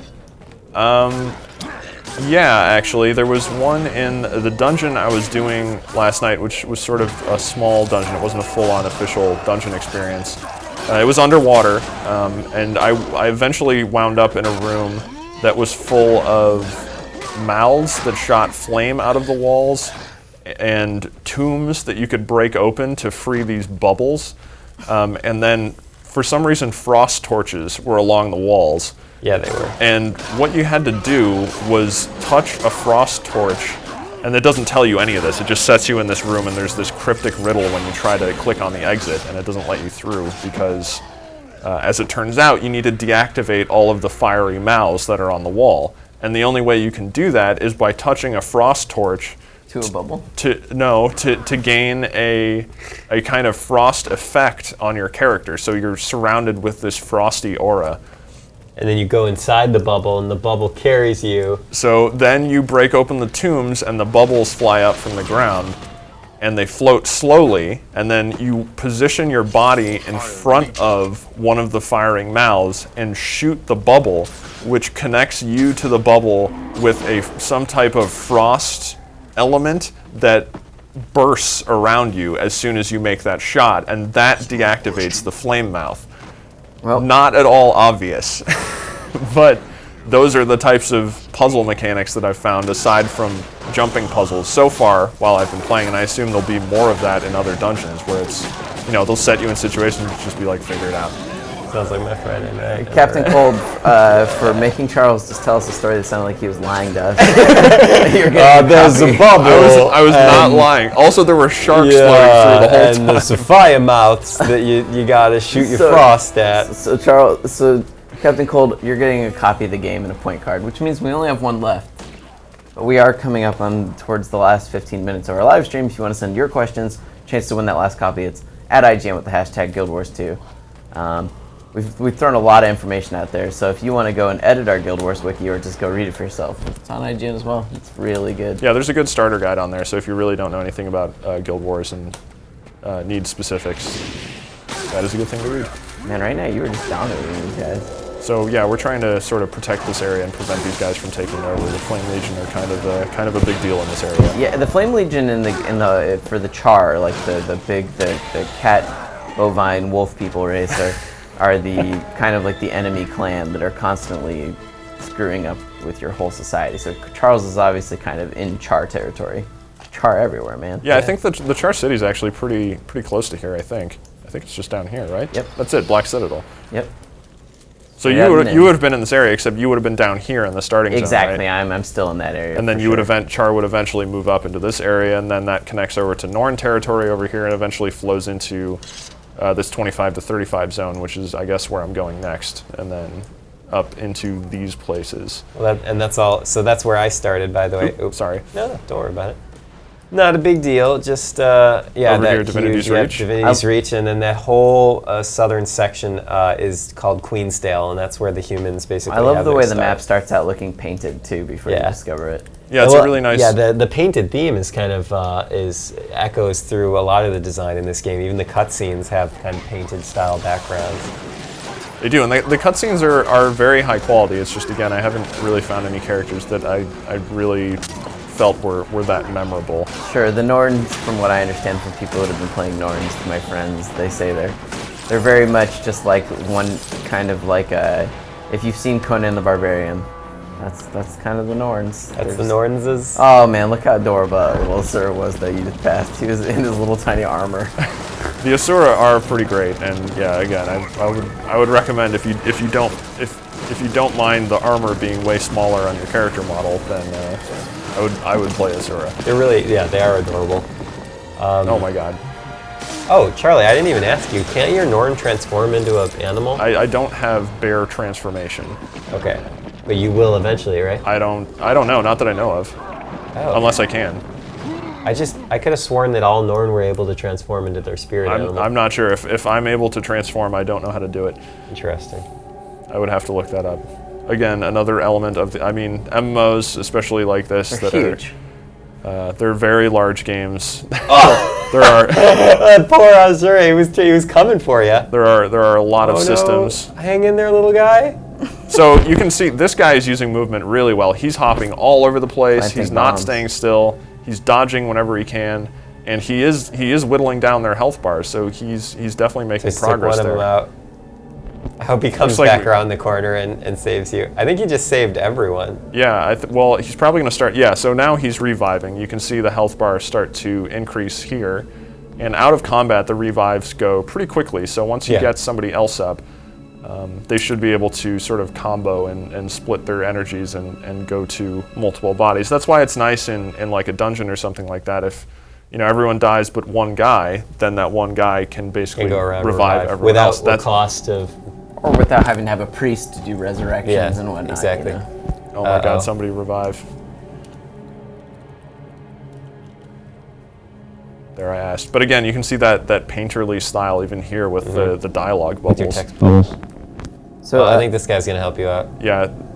Yep. Another question from Twitter, who's someone who wrote into @IGN with the hashtag Guild Wars 2. His name is Wide Eyes Gaming. He says, "Do you think that the ranged combat is overpowered to the melee combat, or is it pretty even?" Now, granted, we've only had this game for a couple of days, so that's pretty the final version. Yeah, that's still something I was looking into. I played a ranger before though, and I didn't feel it was like way overpowered that I was just demolishing everything. The fact that you can hop away from people in melee combat is, that does make it slightly more difficult to do damage. But again, like I have skill builds on my character where I can set myself on fire, and then if I hit the key again, I actually throw a fireball. So I do have ranged attacks, even though I'm also, melee. And as they dodge backward, I can also just dodge forward directly at them.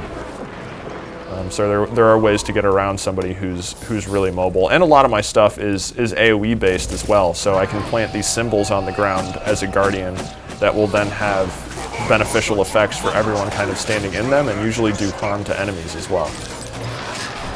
I just want to say I've had to adjust my microphone about 6 times during this live stream. I don't know if anyone has noticed. I think you're just bringing too much energy. I'm bringing too much energy. I'm flailing around. Oh well. And my favorite attack so far with the Guardian, although I do like the the spirit weapons.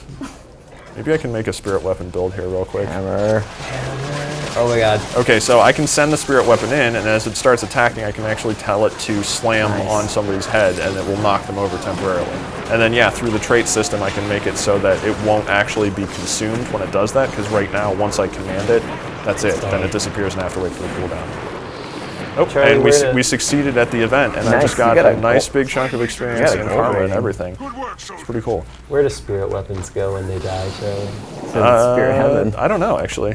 That's spirit weapon heaven. That's a really good question. Danny, just like Danny Z. Lojutro's question from Twitter, he says, I typically only play MMOs through once. Are there enough differences between the races and classes to hold me longer?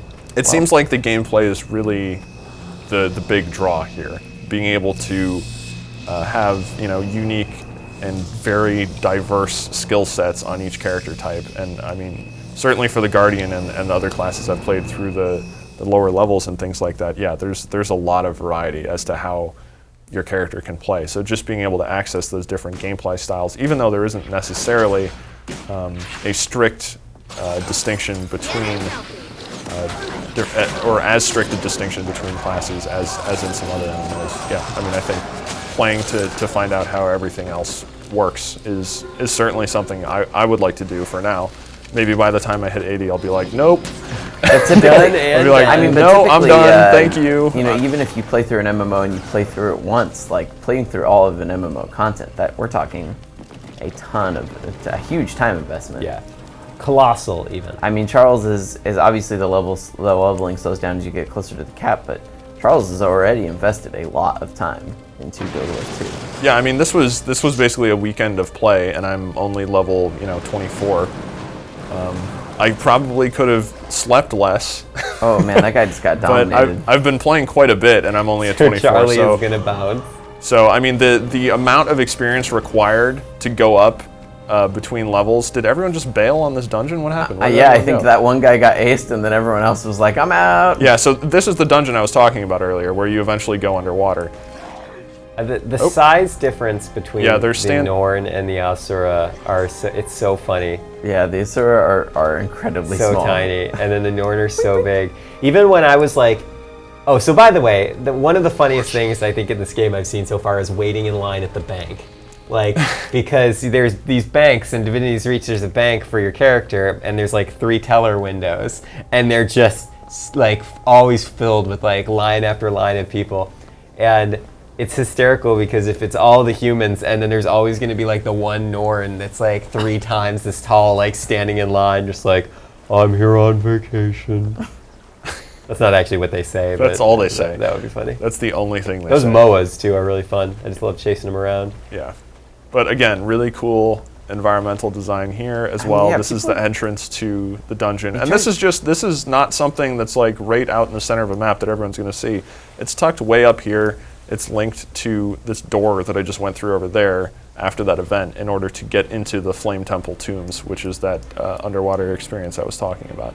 I mean, this game looks really good. Like, anybody who tries to say otherwise, they're just crazy. I have noticed that people are like, oh, this game really looks like it came out in 2002, and I'm just like, what are you talking about? I don't know what games you were playing in 2002. Yeah, show me those games. Especially because, I mean, maybe it doesn't look as good as like a third-person single-player action game that comes out now or something, but yeah, but this is an MMO. You have to realize what's going on. And then when you actually take a moment to stop and smell the roses, like there isn't a crazy amount of detail like in the just everywhere. And I mean, we're in a bit of a desolate area right now in the world, but especially in the human area, like the gardens and the forests and stuff in those areas, it's unreal how much detail is there. Just look at all the stuff on the ground right now. I was gonna say, even the way that they handle like the snow in the air effect actually looks really good as it comes towards us. Like there's actually a depth of field going on to it. So another Twitter question from someone who hit us up at IGN with the hashtag Guild Wars 2 says, his name is Michael Alvarez 20. I think it was probably supposed to be Alvarez. Event. Can you please talk about home instance? I don't know what that is. Home instance? Yeah. Maybe I wasn't sure if that was a real thing and I just didn't know it. I'm wondering if maybe oh yeah, I know what I'm talking about. It's when there's, well, at least in the human starting area, Charlie, I don't know if this is true for the Norn, there is a section of Divinity's Reach where you have to actually enter your home. The home district is an instance. It's not a publicly accessible part of the map. I see. I think that's maybe what this lovely Twitter person was talking about. But yeah, as far as I can tell, it was in the human starting area. It was a very story-specific section of the map in which it was always instanced off. You have to enter the instance to enter that part of the map. I don't know if that's going to be the same with the other 4 races, but yeah, I mean all of the personal story stuff. So that I haven't done, that is waiting for me over here to do, and I'm now at the correct level to do actually. That is all instanced off. So did you have a district of the city that was your own home? I didn't spend a lot of time in the city. There were a couple quests that were part of the personal story in there that, yeah, were sectioned off from the rest of the world. But yeah, that seems to be the case with those personal story missions, is they are separated from the main world. This guy is running super slow. I was thinking to myself 2 things. One, I wish I could play as a polar bear man because he looks pretty awesome. Yeah, but they 2, look really cool. His face is really small for his body. Just throw that out there. He looks a little ridiculous to me. I don't know. It just seems like all his right, head so should be a lot bigger. that's definitely going to be a playable race at some point, right? Oh, come on. Polar bear man? Yeah, polar bear I man. think he's just a Norn guy that has transformed. Oh, but really? I'm not sure. I thought they actually transformed into animals. I don't think I can transform unless I've missed that button that says, hey, you should transform. Well, I highly doubt you would miss something after the fucking... Although there are many quests in the game that will actually shift your form temporarily, so you'll take on different animal forms and things like that and have different skill bars associated with it. But that's usually just a temporary part of a quest line that, you know, doesn't have any bearing on your eventual playstyle with your class. Like, there's no permanent effect on your character. Remember, if you want to send us your own questions, you can do that too So- at IGN with the hashtag Guild Wars 2. Coming up in the last 5 minutes of the live stream here, I still got a copy of this game to give away. Oh, you're just waiting for it. What is this dude doing? Well, he's making sure that you Taking wander his around. time. You know, he's using his little bear brain. Trying to figure out where to go. Little bear brain. He's not used to Where's he going? He's not used to walking on his man legs. You're witnessing evolution happen right now, and it's like slow down run. Someone over there I is love just beating that. up his cousin. Oh, apparently that was the end of the event. There you go. You only got a bronze for that? Maybe there'll be more to this. That didn't seem like I much will of an say ad. that during the time we watched Charles play, though, he's gotten like almost a full level and a half. All right, Wise Keeper. What is next step? Oh, yeah, here we go. Bear Man is like, Oh, there's a new event. Defeat. So this is a group event. So if it says group event, you know that you gonna be a tough can't just monster. solo it. And this guy has a bunch of swords and gold rings around his character, so he's serious business. And I'm gonna Yeah, I don't think you want to get by that sword. I'm gonna throw up some beneficial effects. I believe that skill gives protection and regeneration to allies. So that's a support skill that I have. Some people, Let's see if I can revive someone this guy. already died. Ooh. yeah, well, a couple of people have died. Some people that keep sending in questions, they don't understand that the game's only been out for 2 days, such as Alien Arcane, who says in all cap lock, "Are the classes balanced?" Question, exclamation mark, question, exclamation. That's not something I can really answer right now. Of course, I mean, yeah. I have to do a lot more PvP to figure that out. I will say there's a lot of diversity between classes. You know, maybe my Guardian is a little bit more traditional, but something like, I think ArenaNet's take on the Thief is really interesting in that, you know, it's not, I think normally what you would think with a Thief is that it would be a stealth class, you'd have some way to permacloak yourself or something like that, and that's not the case. The Thief operates on that's what I've been playing as. very temporary stealth. Yeah, I mean, the whole thing is that Charles is doing an ongoing review. You know, MMOs take a long time to play, so over the next couple weeks or however long it takes Charles to reach a point where he's seen the content of the game, just come for reviewing it, you know, he's going to be making determinations like that. Yeah. It's not something you can do that fast. And I mean, the Mesmer too is really crazy in that the Mesmer will just create illusions of itself to fight enemies. And I don't know if we have any Mesmers here. I don't see any butterflies Yeah, you I don't always see any- just look for the butterflies. I don't see any purple butterflies flying around, but the Mesmer is a very odd class. Definitely one of the more unique I was classes. thinking about between like the Thief, the Mesmer, and the Engineer. I think were the ones that I was... Actually, to be fair, all 8 of them are really cool ideas behind them. I would love to play as all of them at some point. But yeah, I mean, most can shift into, from what I've seen, you know, some sort of support role, some sort of DPS role, and you know, they're not just locked into, oh, I'm range damage guy. That doesn't really seem to be the case. So as we come up on the final minutes of our live stream here, going back to a Twitter question from Bakaze, who says, why do you think traditional MMOs like me should get this game? Well, I mean, I think one reason to get it is just because the skill system seems, you know, really well designed, and I think the events, anyone who likes MMOs, I assume is going to like this event system. You know, it's really well done. It's a game that doesn't, you know, force inconvenience on you at all times. So it just lets you play, and there's a lot of progression systems within it. I like the crafting system so far. And there's a lot to play with the skill system, and really for end game stuff, for you know, ongoing content, I don't feel as bad, you know, playing the game, because it's not like, oh well, I need to have some subscription fee or something like that. You know, it's just you buy the game and that's it. You've got your character, so no big deal. And there is that world v world system, which seems really cool, and that I really want to play more of. That seems like well, it's meant to support a lot of, you know, end game play as well, as players really, you know, get the best stuff and hop in there to try and take over the lands for their server. So Bakaze, I'm just gonna say, thank you for that question. It's actually gonna be the last question of our stream, and that's gonna get you the final copy of the game with the point card. So yeah, I guess, you know, as the coming weeks go on, you know, keep watching IGN, because we're going to be doing ongoing updates to our review in progress. Especially this guy. Yeah, I mean, well, and by we, I mean Charles will be doing ongoing updates to our review in progress, because Charles is the person who's going to be toiling away at this, trying to make it all happen. But yeah, I guess that kind of wraps up our Guild Wars 2 live stream. Thank you everyone who's joined us, and I hope that you out there who are playing it are enjoying it, and that you are going to get the game soon will also enjoy it. So that's it for us, and for everything Guild Wars 2, remember to keep it locked to IGN.